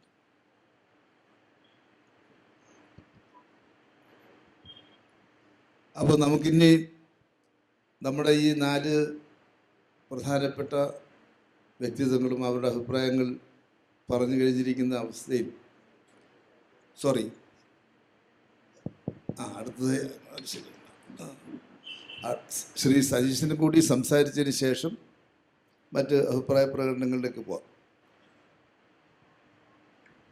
മാളവിക തെറ്റിദ്ധരിക്കണ്ട, ഞാൻ കീഴാളർ സ്വയം ഉയർന്നു വരണം, അല്ലെങ്കിൽ അവരുടെ ഉള്ളിലുള്ള അധമബോധം, അതിനെയല്ല ഞാൻ ഇതായിട്ട് പറഞ്ഞത്. അത് അവരിൽ സൃഷ്ടിച്ച ആയിരക്കണക്കിന് വർഷങ്ങളിലൂടെ സൃഷ്ടിച്ചെടുത്ത ആ ബോധം, അത് മേലാള ബോധവും അതുപോലെ തന്നെയാണ്. രണ്ടും പ്രവർത്തിക്കുന്നുണ്ട് എന്നാണ് ഞാൻ പറഞ്ഞത്. 936 നവംബർ 12 കേരളത്തിൽ തിരുവിതാംകൂറിൽ ക്ഷേത്രപ്രവേശന വിളംബരം നടപ്പിലാക്കി. 48 ജൂൺ 12 അവസാനം അതുവരെ ഒരാളും ക്ഷേത്രത്തിൽ പോകാൻ തയ്യാറായിരുന്നില്ല, ക്ഷേത്രത്തിൽ കയറ്റാനും തയ്യാറായിരുന്നില്ല. വിളംബരം വന്നതുകൊണ്ട് കാര്യം ഉണ്ടായിട്ടില്ല. അതിനുശേഷമാണ് പാലിയം സത്യാഗ്രഹവും ഇരിങ്ങാലക്കുട സത്യാഗ്രഹമൊക്കെ നടത്തുക. അതിൻ്റെ തുടർച്ച കേരളത്തിലുണ്ടായില്ല എന്നുള്ളതാണ് പ്രശ്നം. അപ്പോൾ പിടിച്ചു വാങ്ങേണ്ട ഒരു വിഷയം കൂടി ഉണ്ട് അതിനകത്ത്. ആരും വിട്ടുകൊടുക്കാൻ തയ്യാറല്ല. അതുകൊണ്ട് തന്നെ അടിച്ചമർത്തപ്പെടുന്നവർ എന്നുള്ള രീതിയിൽ കീഴാള ജനത സംഘടിക്കുകയും സവർണ മേധാവിത്വത്തിനെതിരെ സമരം ഉയർത്തിക്കൊണ്ടുവരികയും ചെയ്യേണ്ടതുണ്ടെന്ന് തന്നെയാണ് എൻ്റെ ഉറച്ച അഭിപ്രായം. അത് നമ്മുടെ ചരിത്രാനുഭവം കൂടിയാണ് എന്നാണ് ഞാൻ സൂചിപ്പിക്കുന്നത്. ഇന്ന് കേരളത്തിലെ എത്രയോ ക്ഷേത്രങ്ങളിൽ, മഹാക്ഷേത്രങ്ങളിലൊന്നും ഇപ്പോഴും അബ്രാഹ്മണരെ പൂജ ചെയ്യാൻ സമ്മതിക്കില്ല. ഞാൻ നേരിട്ട് ചെട്ടികുളങ്ങര ഭഗവതി ക്ഷേത്രത്തിൽ സുധികുമാർ എന്ന് പറയുന്ന ഒരാളെ തിരുവിതാംകൂർ ദേവസ്വം ബോർഡ് ശാന്തിക്കാരനായി നിയമിച്ചപ്പോൾ അവിടെ കയറ്റാൻ സമ്മതിച്ചില്ല. അവിടുത്തെ കര കമ്മിറ്റികൾ യോഗം ചേർന്ന് ഇയാൾ അവിടെ പൂജ നടത്തിയാൽ ഭഗവതിയുടെ ഐശ്വര്യം കുറഞ്ഞു പോവും എന്ന് തീരുമാനിച്ച് അവർ കോടതിയിൽ പോയി. കോടതി അത് അംഗീകരിച്ചില്ലെങ്കിലും കോടതി ആ തിരുവിതാംകൂർ ദേവസ്വം ബോർഡിൻ്റെ ഉത്തരവിന് സ്റ്റേ കൊടുത്തു. അടുത്ത നാളുകളിൽ അവിടെ വിശ്വഭദ്രാനന്ദ ശക്തിബോധി സ്വാമികൾ ഇരിക്കുന്നുണ്ട്. ഞങ്ങൾ ഒരുമിച്ച് പോയി അവിടെ സമ്മേളനം നടത്തി. അദ്ദേഹത്തെ അവിടെ പ്രവേശിപ്പിക്കണം എന്ന് പറഞ്ഞു. ഞങ്ങളുടെ ആവശ്യം ക്ഷേത്രത്തിൽ ഒരാൾക്ക് പൂജ നടത്താൻ അനുവാദം വേണമെന്നുള്ളതല്ല പ്രശ്നം. അനുവാദം കൊടുക്കുക, മനുഷ്യനായ ഒരാൾക്ക് എന്തുകൊണ്ട് അവിടെ പൂജ നടത്താൻ പാടില്ല എന്നുള്ളതിന് ആ ഒരു അടിച്ചമർത്തലിനെയാണ് ചോദ്യം ചെയ്തത്. ഇന്ന് ഗുരുവായൂർ അമ്പലത്തിൽ, ശബരിമല അമ്പലത്തിലൊന്നും അബ്രാഹ്മണരെ പൂജിക്കാൻ സമ്മതിക്കില്ല. അവിടെ എഴുതി വച്ചിരിക്കുകയാണ്. പണ്ട് നൂറ്റാണ്ടുകൾ നീണ്ടു നിൽക്കുന്ന നിയമം അവിടെ നിലനിൽക്കുകയാണ്. അവിടെയൊക്കെ പൂജ നടത്താൻ എല്ലാവർക്കും പോകണമെന്നുള്ളതല്ലേ, ആരും അമ്പലത്തിൽ പോകണമെന്ന് യാതൊരു നിർബന്ധമുള്ള ഒരാളല്ല ഞാൻ. പക്ഷേ അവിടെ ജാതി വിവേചനം നിലനിൽക്കുന്നുള്ളതാണ്. ആ വിവേചനത്തിനെയാണ് തീർച്ചയായും അതിന് ബോധപൂർവമായ ഇടപെടലുകൾ ആവശ്യമുണ്ട്. അന്ധവിശ്വാസം, അതാണ് ഞാൻ നേരത്തെ സൂചിപ്പിച്ച അന്ധവിശ്വാസങ്ങൾക്കും അനാചാരങ്ങൾക്കും എതിരായിട്ടുള്ള വളരെ ബോധപൂർവമായിട്ടുള്ള ഇടപെടലുകളുണ്ട്. ഇവിടെ ബ്രാഹ്മണ ദൈവത്തെ കൊട്ടിഘോഷിച്ച് നമ്മുടെ രാജ്യത്ത് കഴിഞ്ഞ ദിവസം പ്രതിഷ്ഠ നടത്തിയപ്പോൾ അതിനെ ഏറ്റവും അധികം വാഴ്ത്തിയത് ഇവിടുത്തെ ജാതി സംഘടനകളുടെ ആളുകളാണ്. നിങ്ങൾ ശ്രദ്ധിച്ചാൽ മനസ്സിലാവും. ഞാൻ ആരുടെയും പ്രത്യേക പേരൊന്നും എടുത്ത് പറയുന്നില്ല. അപ്പോൾ അത്തരമൊരു സമൂഹത്തിൽ തീർച്ചയായിട്ടും അടിച്ചമർത്തപ്പെട്ടവർ എന്നുള്ള രീതിയിൽ, അത് ജാതീയമായിട്ട് സാമ്പത്തികമായിട്ട് അടിച്ചമർത്തപ്പെട്ടവർ എന്നുള്ള രീതിയിൽ ഐക്യപ്പെടുകയും സംഘടിക്കുകയും തന്നെ വേണം എന്നുള്ള അഭിപ്രായമാണ് ഞാൻ പങ്കുവച്ചത്. അല്ലാതെ മറ്റേ ജയമോഹൻ്റെ എത്ര സിംഹാസനങ്ങളൊക്കെ നമ്മൾ വായിച്ചിട്ടുള്ളതാണല്ലോ. എത്ര ഉന്നതിയിലെത്തിയാലും ജാതി അവിടെ പ്രവർത്തിക്കുന്നുണ്ട് എന്നുള്ള ഒരു കഥനമാണ് അദ്ദേഹം ആ നോവലിൽ നടത്തിയിട്ടുള്ളത്. അങ്ങനെ കുറേ സാഹിത്യങ്ങൾ ഉണ്ടായിട്ടുണ്ട് നമുക്ക്. അപ്പോൾ അത് ബോധപൂർവമായ ഇടപെടലുകൾ വേണം. അതിൽ പ്രഥമ പരിഗണന തീർച്ചയായിട്ടും സമൂഹത്തിൻ്റെ അലകും പിടിയും മാറ്റാനുള്ള, സമ്പദ്ഘടനയുടെ ഉൽപ്പാദനത്തിൻ്റെ അലകും പിടിയും മാറ്റാനുള്ള സമരങ്ങൾ അനിവാര്യം തന്നെയാണ്. ഭൂമിക്ക് വേണ്ടിയുള്ള സമരം, വിദ്യാഭ്യാസത്തിന് വേണ്ടിയിട്ടുള്ള സമരം, സംഭരണത്തിന് വേണ്ടിയുള്ള സമരം, അത് തീർച്ചയായിട്ടും ആവശ്യമാണെന്ന് തന്നെയാണ് ജാതി നിർമ്മാർജ്ജനവുമായി ബന്ധപ്പെട്ട് വീണ്ടും എനിക്ക് ആവർത്തിക്കാനുള്ളത്. ശരി, ഇനി നമുക്കിപ്പോൾ നമ്മുടെ സദസ്സിലുള്ള ബഹുമാന്യ വ്യക്തികൾക്ക് ഇവിടെ വന്ന അഭിപ്രായങ്ങളെ സംബന്ധിച്ച് സംശയങ്ങൾ ചോദിക്കാൻ, കൂടുതൽ വിശദീകരണം ആവശ്യപ്പെടാം. അതോടൊപ്പം തന്നെ സ്വന്തം അഭിപ്രായം വളരെ ചുരുങ്ങിയ വാക്കുകളിൽ പറയാൻ ഉപയോഗിക്കാം. നമുക്കതിനെല്ലാം കൂടി ഒരു 15 മിനിറ്റാണ് ഇവിടെ അനുവദിച്ചിട്ടുള്ളത്. സമയം ഞങ്ങളാരും തീരുമാനിച്ചതല്ല. നമ്മുടെ സംഘാടകർ 1.5 മണിക്കൂർ എന്നുള്ളത് മൊത്തത്തിൽ ഈ ഒരു സെഷന് വേണ്ടി അനുവദിച്ചിട്ടുള്ള സമയത്തിനകത്ത് നിൽക്കണമല്ലോ. അപ്പോൾ സംസാരിക്കാൻ താല്പര്യമുള്ള സുഹൃത്തുക്കളൊന്ന് കൈപൊക്കിയാൽ അവിടെ മൈക്രോഫോണുണ്ട്. നമ്മളുടെ ഈ സെഷൻ ജാതി നിർമ്മാർജ്ജനം എത്രത്തോളം എന്നൊരു സെഷൻ ഇതിൽ കൈകാര്യം ചെയ്യാൻ തീരുമാനിച്ച അതിൽ വലിയ അഭിനന്ദനം ഞാൻ അർപ്പിക്കുകയാണ്. ആദ്യമായിട്ട് ഇതിൽ നേരത്തെ എം സതീശൻ ഉന്നയിച്ച ഒരു കാര്യം, കേരളം വലിയ മുൻപന്തിയിലാണ് എന്ന് പറഞ്ഞ കുറച്ച് അവകാശവാദങ്ങളുണ്ട്. അവകാശവാദങ്ങളിൽ നമ്മൾ തന്നെ പലതിലും വേറെ ചിലതിലും മുൻപന്തിയിലാണ്. ഇപ്പോൾ സംവരണത്തിൽ സമരം ചെയ്യണമെന്ന് ഇപ്പം തന്നെ പറഞ്ഞല്ലോ, സംവരണ കാര്യത്തിൽ സമരങ്ങൾ വേണ്ടി വരും. നമ്മൾ സംവരണത്തിനെ തന്നെ വേറെ രീതിയിൽ റദ്ദ് ചെയ്യുന്നുണ്ട്. അതായത് സാമ്പത്തിക സംവരണം, അതിൻ്റെ എല്ലാവിധ അശ്ലീലത്തെയും അറിഞ്ഞുകൊണ്ട് നമ്മൾ മോദി അവിടെ ഭരണഘടന ഭേദഗതി ചെയ്ത് കേരളത്തിലാണ്, ഇന്ത്യയിൽ ഈ ചെറുവട്ടത്തിലാണ് അത് നടപ്പിലാക്കിയത്. ഇത് കേരളം മുൻപന്തിയിലാണ് എന്നതിൻ്റെ തെളിവാണോ എന്ന് വ്യക്തമാക്കണം എന്നാണ് ഞാൻ പറയുന്നത്. അടുത്ത ആരെങ്കിലും ഉണ്ടോ?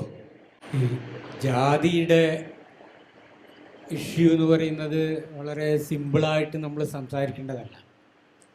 ഇത് ഫ്യൂഡലിസം, പിന്നെ അതിനുശേഷമുള്ള ക്യാപിറ്റലിസം, അതിനുശേഷമുള്ള ഫാസിസം ഒക്കെ ഇതിനെ എക്സ്പ്ലോയിറ്റ് ചെയ്യാൻ പറ്റുന്ന കാലത്തോളം ഈ ജാതി ഇവിടെ നിലനിൽക്കും.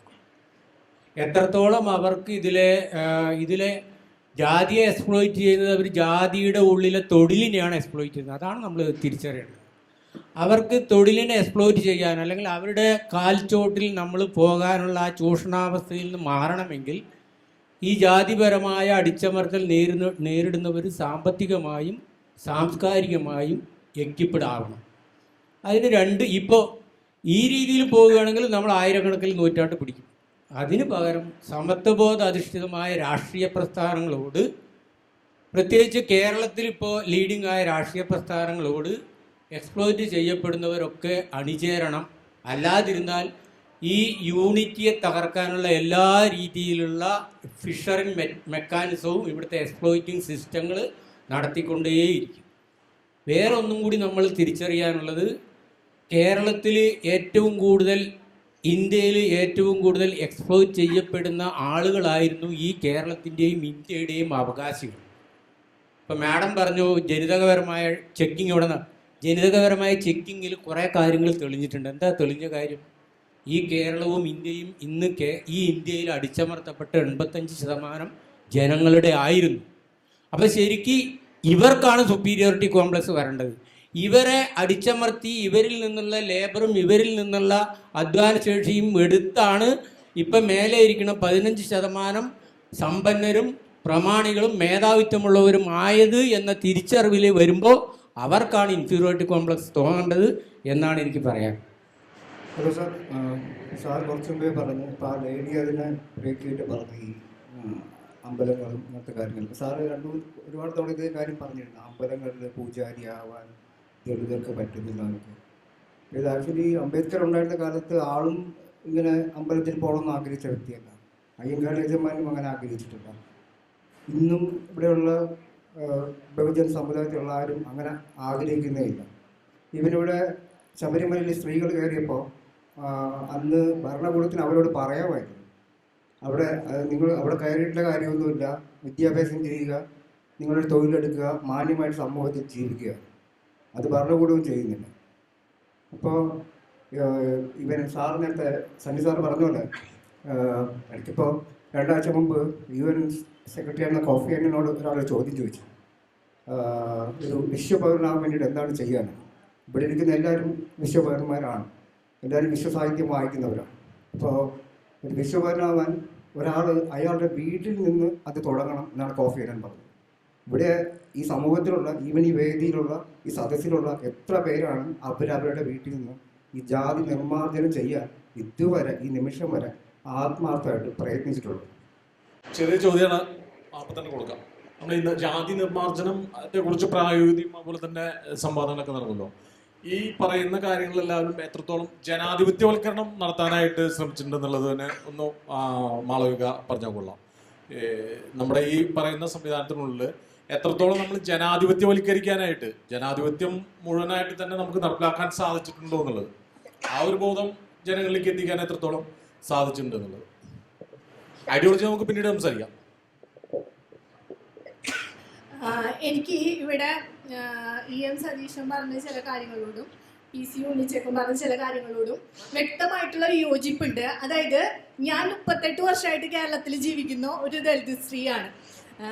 ഞാൻ മനസ്സിലാക്കുന്നത് അതായത് ഒരു ദളിത് സ്ത്രീ എന്നുള്ള നിലയ്ക്ക് ഞാൻ എൻ്റെ ചരിത്രത്തെ മനസ്സിലാക്കുന്നത്, അതിനകത്ത് എനിക്ക് വിയോജിപ്പുകൾ ഉണ്ടെങ്കിലും കൊളോണിയൽ ആയിട്ടുള്ള വിദ്യാഭ്യാസവും അല്ലെങ്കിൽ കൊളോണിയൽ ആയിട്ടുള്ള ആധുനികത ഇവിടെ വന്നതുകൊണ്ടും കൂടിയാണ് ഇപ്പോൾ സണ്ണിയൻ കപ്പിക്കാരനായാലും മാളവികയ്ക്കായാലും ഇവിടെ ആ സ്റ്റേജിൽ വന്ന് കയറിയിരുന്ന് സംസാരിക്കാൻ പറ്റുന്നത്. അപ്പോൾ അത് നമ്മളുടെ ചരിത്രമാണ്. ഇപ്പോൾ കേരളത്തിലത്തെ നിലവിലത്തെ സാഹചര്യത്തിനകത്ത് കേരളത്തിലത്തെ ദളിതരായിട്ടുള്ള മനുഷ്യർക്ക്, ബഹുജനായിട്ടുള്ള മനുഷ്യർക്ക് ഏതെങ്കിലും ക്ഷേത്രത്തിനകത്ത് കയറാനുള്ള, അതായത് അംബേദ്കറൊക്കെ പറയുന്നത് പോലെ ഹിന്ദു തത്വശാസ്ത്രത്തിനെ അടിസ്ഥാനപ്പെടുത്തിയിട്ടുള്ള ഏതെങ്കിലും ക്ഷേത്രത്തിനകത്ത് കയറാനുള്ള അധികാരമാണോ വേണ്ടത്? മറിച്ച് നമ്മൾ ആലോചിക്കുമ്പോൾ ഒരു സമൂഹത്തിൻ്റെ വളർച്ച എന്ന് പറയുന്നത് കൃത്യമായും അതിൻ്റെ ജ്ഞാനശാസ്ത്രപരമായിട്ടുള്ള വളർച്ച കൂടിയാണ്. അപ്പോൾ കേരളത്തിനകത്തുള്ള വിദ്യാഭ്യാസ സ്ഥാപനങ്ങൾക്കകത്ത് എത്രമാത്രം ദളിത് ബഹുജൻ റെപ്രസെൻറ്റേഷൻ ഉണ്ട് എന്നുള്ളത് ഈ സമയത്തെങ്കിലും നമ്മൾ ചർച്ച ചെയ്യേണ്ടതാണ്. കാരണം ഇപ്പം അടുത്ത ഉന്നത വിദ്യാഭ്യാസ വകുപ്പിൻ്റെ ഇതിനെക്കുറിച്ചിട്ട് പറഞ്ഞു, കേരളത്തിനകത്തുള്ള എയ്ഡഡ് സ്ഥാപനങ്ങൾക്കകത്ത് 1% പോലും ദളിത് ബഹുജൻ റെപ്രസെൻറ്റേഷൻ ഇല്ല. രണ്ടാമത്തത്, കേരളത്തിനകത്തുള്ള നമ്മളിപ്പോഴും പറയുന്നു, ഇവിടെ ആരെങ്കിലും പറയുന്നതാണ് ഞാൻ വിചാരിച്ചത്, എന്തുകൊണ്ട് കേരളത്തിലത്തെ വിദ്യാഭ്യാസ സ്ഥാപനങ്ങളിൽ, സർക്കാർ സ്ഥാപനങ്ങളിൽ ജാതി സെൻസസ് നടപ്പാക്കുന്നില്ല? ഇവിടെ എത്രമാത്രം റെപ്രസെൻറ്റേഷൻ ഉണ്ടെന്ന് അറിയാൻ ഈ ജാതി സെൻസസ് വളരെ അത്യാവശ്യമാണ്. ഇത് ഒന്നും നടപ്പാക്കാതെ ഇവിടെ നമ്മൾ അമ്പലത്തിൽ പോയി കഴിഞ്ഞാൽ എന്തോ കിട്ടുന്നു പറയുകയും നമുക്കിപ്പോഴും കീഴാള മനോഭാവമാണ് കൊണ്ട് നടക്കുന്നതെന്ന് പറയുന്ന തരത്തിലുള്ള ചർച്ചേന് ഒരിക്കലും ഒരു ദളിത് സ്ത്രീ എന്നുള്ള നിലയിൽ കേട്ടിരിക്കാനായിട്ട് എനിക്ക് പറ്റില്ല. അതായത് ജ്ഞാനശാസ്ത്രപരമായിട്ട് നമുക്ക് ഇടപെടാനുള്ള സ്പേസ് തരൂ. കേരളത്തിനകത്തുള്ള സാമൂഹിക സ്ഥാപനങ്ങൾക്കകത്ത് അതിനെ മാറ്റാനുള്ള സ്പേസ് ഇത്രേ കാലങ്ങളായിട്ട് ഇവിടുത്തെ NSSും അല്ലെങ്കിൽ അതുപോലെയുള്ള പലതരത്തിലുള്ള ജാതി സംഘടനകളുടെ മേൽ നടക്കുന്ന വിദ്യാഭ്യാസ സ്ഥാപനങ്ങളിലും അത്തരമുള്ള പല സ്ഥലങ്ങളിൽ ഇത് അവിടെ അവരുടെ കാസ്റ്റിലുള്ള ആളുകളെ മാത്രം പ്രതിഷ്ഠിച്ചുകൊണ്ട് നമ്മളെങ്ങനെയാണ് ഇപ്പോഴും ആ കീഴാള ഇതായിട്ട് നിൽക്കുന്നതെന്ന് നിങ്ങൾക്ക് അവിടെ നിന്നിട്ട് പറയാൻ പറ്റുന്നതെന്ന് എനിക്ക് മനസ്സിലാകുന്നില്ല. ഇപ്പോൾ മാളവിക പറഞ്ഞതുപോലെ ഞാൻ വിദ്യാഭ്യാസം നേടിയിട്ടുള്ള സ്ത്രീയാണ്. എനിക്ക് എൻ്റെ ദളിത് സ്വത്വത്തിനകത്ത് എനിക്ക് യാതൊരുവിധ കീഴാളമായിട്ടുള്ള മനോഭാവമല്ല. രണ്ടാമത്തെ കാര്യം, ഇപ്പോൾ കീഴാളെന്ന് പറയുമ്പോൾ ഈ കീഴാളെന്ന് പറയുന്നത് തന്നെ നിങ്ങളുടെ ഉള്ളിലുള്ള ഒരു മനോഭാവം കൊണ്ടാണ് പറഞ്ഞത്. ഈ കീഴാളെന്നുള്ള ടെർമിനോളജി തന്നെ വളരെ തെറ്റാണെന്ന് കരുതുന്ന ഒരാളാണ് ഞാൻ. മേലാളനുണ്ടെങ്കിലാണല്ലോ കീഴാളനുണ്ടാവുള്ളൂ. അപ്പോൾ ഇത്തരത്തിലുള്ള ഒരു ചർച്ചയ്ക്കകത്ത് ഇവിടെ നടക്കുന്ന എല്ലാ പ്രശ്നങ്ങളും ആഗോള സാമ്പത്തിക പ്രതിസന്ധി കൊണ്ടാണെന്ന് പറയുന്നതിൽ എനിക്ക് യോജിക്കാൻ പറ്റില്ല. കാരണം ഞാൻ വിദ്യാഭ്യാസം നേടി എൻ്റെ കൂടെ എത്രയോ സുഹൃത്തുക്കളുണ്ടെന്ന് അറിയോ, അത്രയോ ക്വാളിഫൈഡ് ആയിട്ട് ഒരു ജോലിയും കിട്ടാതെ വെറുതെ നടക്കുന്നത് കൊണ്ടാണ് ഇന്ന് ഇവിടെ ഇത് കേൾക്കാൻ വേണ്ടി വന്നിരിക്കുന്നത്. അങ്ങനെ വെറുതെ നടക്കുന്ന ആളുകളായിട്ട് കേരളത്തിനകത്തുള്ളത്. അപ്പോൾ നിങ്ങളെ സാമൂഹിക സ്ഥാപനങ്ങൾക്കകത്ത്, അധികാര കേന്ദ്രങ്ങൾക്കകത്ത്, രാഷ്ട്രീയ അധികാരത്തിനകത്ത് ദളിതർക്കും ബഹുജനങ്ങൾക്കും മുസ്ലിങ്ങൾക്കും ഇടപെടാനുള്ള സ്പേസ് തരൂ. അപ്പൊ നമ്മളൊക്കെ ഇവിടെ കയറി വന്നിട്ട് ഇതിനേക്കാൾ നല്ല ചരിത്രം പറയും. അത് പറയാൻ കാരണം കേരളത്തിന്റെ ഭൂപരിഷ്കരണത്തിനെ കുറിച്ചിട്ട് ഇപ്പൊ പറഞ്ഞല്ലോ. ആ ഭൂപരിഷ്കരണം ഒരു കാര്യം പറയട്ടെ, അതായത് ഭൂപരിഷ്കരണമായിട്ട് ബന്ധപ്പെട്ടിട്ട് മായ പ്രമോദ് നാട്ടിലുള്ള ഒരു കുട്ടി റിസർച്ച് നടത്തുന്നുണ്ട്. അപ്പോൾ ഈ ഭൂപരിഷ്കരണം ദളിതർക്ക് അനുകൂല അല്ലാതുള്ള തരത്തിലുള്ള ജ്ഞാനങ്ങൾ ഇവിടെ നിർമ്മിക്കപ്പെടുന്നുണ്ട്. കേരളത്തിനകത്തുള്ള ദളിതർ എങ്ങനെയാണ് കർഷക തൊഴിലാളികളായി മാറിയതെന്ന് പിന്നെ പ്രദീപൻ പാമ്പിരിക്കുന്ന എഴുതിയിട്ടുണ്ട്. അപ്പോൾ നമ്മളിതൊന്നും വായിക്കാതെ നമ്മളിപ്പോഴും അജ്ഞതയിലാണ് നിൽക്കുന്നതെന്ന് പറയുമ്പോൾ അത് കേട്ടിരിക്കാൻ നമുക്ക് പറ്റില്ല എന്നുള്ളതാണ്.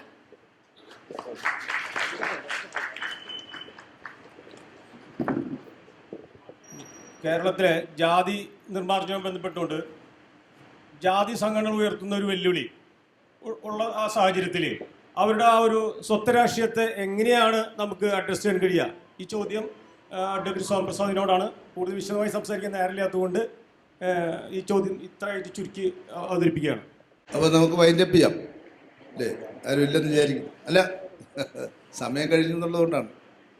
എനിക്ക് വ്യക്തിപരമായി ഒരു എത്ര മണിക്കൂർ വേണമെങ്കിലും ഇരുന്ന് ചർച്ച ചെയ്യാൻ ഇഷ്ടപ്പെട്ട ഒരു സബ്ജക്റ്റാണ്. പക്ഷെ നമുക്കൊരു പ്രോഗ്രാം ആകുമ്പോൾ അതിൻ്റെ ഒരു സമയപരിധി തീർച്ചയായിട്ടും ഞങ്ങളിരിക്കുന്നവർക്കാർക്കും ഈ സമയത്തിൻ്റെ അപര്യാപ്തമുള്ളതുകൊണ്ടല്ല. പക്ഷേ നമ്മളൊരു പ്രോഗ്രാം സെറ്റ് ചെയ്തിരിക്കുമ്പോൾ അത് 1.5 മണിക്കൂറെന്ന് പറഞ്ഞിരിക്കുമ്പോൾ 1.5 മണിക്കൂർ ഇപ്പോൾ കഴിഞ്ഞിരിക്കുന്നു. അപ്പോൾ അതുകൊണ്ട് നമുക്ക് ഇത് സമ്മപ്പ് ചെയ്യാം. അപ്പോൾ അതിൽ പ്രധാനപ്പെട്ട നിരവധി പ്രശ്നങ്ങൾ നമ്മുടെ പാനലിസ്റ്റുകളായിട്ടുള്ള 4 പേര് ഉന്നയിച്ചിട്ടുണ്ട്. അതോടെ തന്നെ സദസ്സിൽ നിന്നും കുറേയധികം അഭിപ്രായ പ്രകടനങ്ങളും നിരീക്ഷണങ്ങളും ഒക്കെ വന്നിട്ടുണ്ട്. വളരെ നല്ല നിലവാരം പുലർത്തിയ ഒരു സംവാദമായിരുന്നു ഇത് എന്നാണ് മൊത്തത്തിൽ ഇവിടെ നടന്ന സംവാദത്തെ സംബന്ധിച്ച് ഒരൊറ്റ വാചകത്തിൽ പറയാൻ കഴിയുന്നത്. എന്നാൽ നിരവധി പ്രശ്നങ്ങൾ യഥാർത്ഥത്തിൽ മറുപടി പറഞ്ഞു പോകേണ്ടതായിട്ടുള്ളതുണ്ട്. അപ്പോൾ അതെല്ലാം മറുപടി പറയുന്നതിന് ഒരുപാട് സമയം വേണ്ടിയിരുന്നതുകൊണ്ട് അത്തരം കാര്യങ്ങളിലേക്ക് കടക്കുന്നില്ല. മറുപടി പറയാത്തത് കൊണ്ട് പറഞ്ഞതിനൊന്നും മറുപടി ഇല്ല എന്ന് ധരിച്ചിട്ട് നമ്മളാരും പോകാനും പാടില്ല. അതൊരു പ്രധാന പ്രശ്നമാണ്. സമയമില്ലാത്തതുകൊണ്ട് മറുപടി പറയാതിരിക്കുന്നത് മറുപടി ഇല്ലാത്തതുകൊണ്ടാണ് നമ്മൾ ധരിച്ചു പോയാൽ അത് ശരിയായൊരു ധാരണയായിരിക്കത്തില്ല. എല്ലാത്തിനും മറുപടി ഉള്ളതാണ്, എല്ലാ വിശദീകരണങ്ങളും മറുപടി കൊടുക്കാൻ കഴിയുന്നതാണ്. പക്ഷേ സമയപരിമിതി അതിന് കഴിയുന്നില്ല. പ്രധാനമായി ഈ ജാതി വ്യവസ്ഥ, ജാതി വിവേചനം പൂർണ്ണമായിട്ട് ഈ സമീപകാലത്തെങ്ങാനും ഒരു കട്ട് ഓഫ് ഡേറ്റ് തീരുമാനിച്ച് ഇല്ലാതാക്കാൻ കഴിയുന്നതാണോ? അങ്ങനെ കഴിയുന്ന ഒന്നല്ല എന്നുള്ളതാണല്ലോ പൊതുവെ ഉയർന്നു വന്നിട്ടുള്ള ഒരു അഭിപ്രായ പ്രകടനം. തീർച്ചയായിട്ടും ഇന്ത്യ രാജ്യത്ത് നിലനിൽക്കുന്ന ജാതി വ്യവസ്ഥ മറ്റ് നിരവധി പ്രശ്നങ്ങളുമായിട്ട് ബന്ധപ്പെട്ടുള്ളതാണ്. സാമൂഹ്യ, സാമ്പത്തിക, സാംസ്കാരികമായിട്ടുള്ള നിരവധി മേഖലകളുമായി ബന്ധപ്പെട്ടും കെട്ടുപിടഞ്ഞും ചരിത്രത്തിലും ഭൂതകാലത്തിലും അതോടൊപ്പം തന്നെ ഐതിഹ്യങ്ങളിലും പുരാണങ്ങളിലുമെല്ലാം വേര് ആഴ്ത്തി കിടക്കുന്ന ഒരു പ്രത്യേക സാമൂഹ്യ വ്യവസ്ഥയാണ് നമ്മുടെ ലോകത്തിൽ മറ്റൊരു രാജ്യത്തും ഇല്ലാതിരിക്കുന്നത്. ഈ ജാതി വ്യവസ്ഥ കൊണ്ട് ഈ ജാതി വ്യവസ്ഥയിൽ ഏറ്റവും താഴെയറ്റം കാരണം ഒന്നിനു മുകളിൽ ഒന്നായിട്ടാണല്ലോ ഈ ഓരോ ജാതിയെ ഇങ്ങനെ അടുക്കി വച്ചിരിക്കുന്നത്.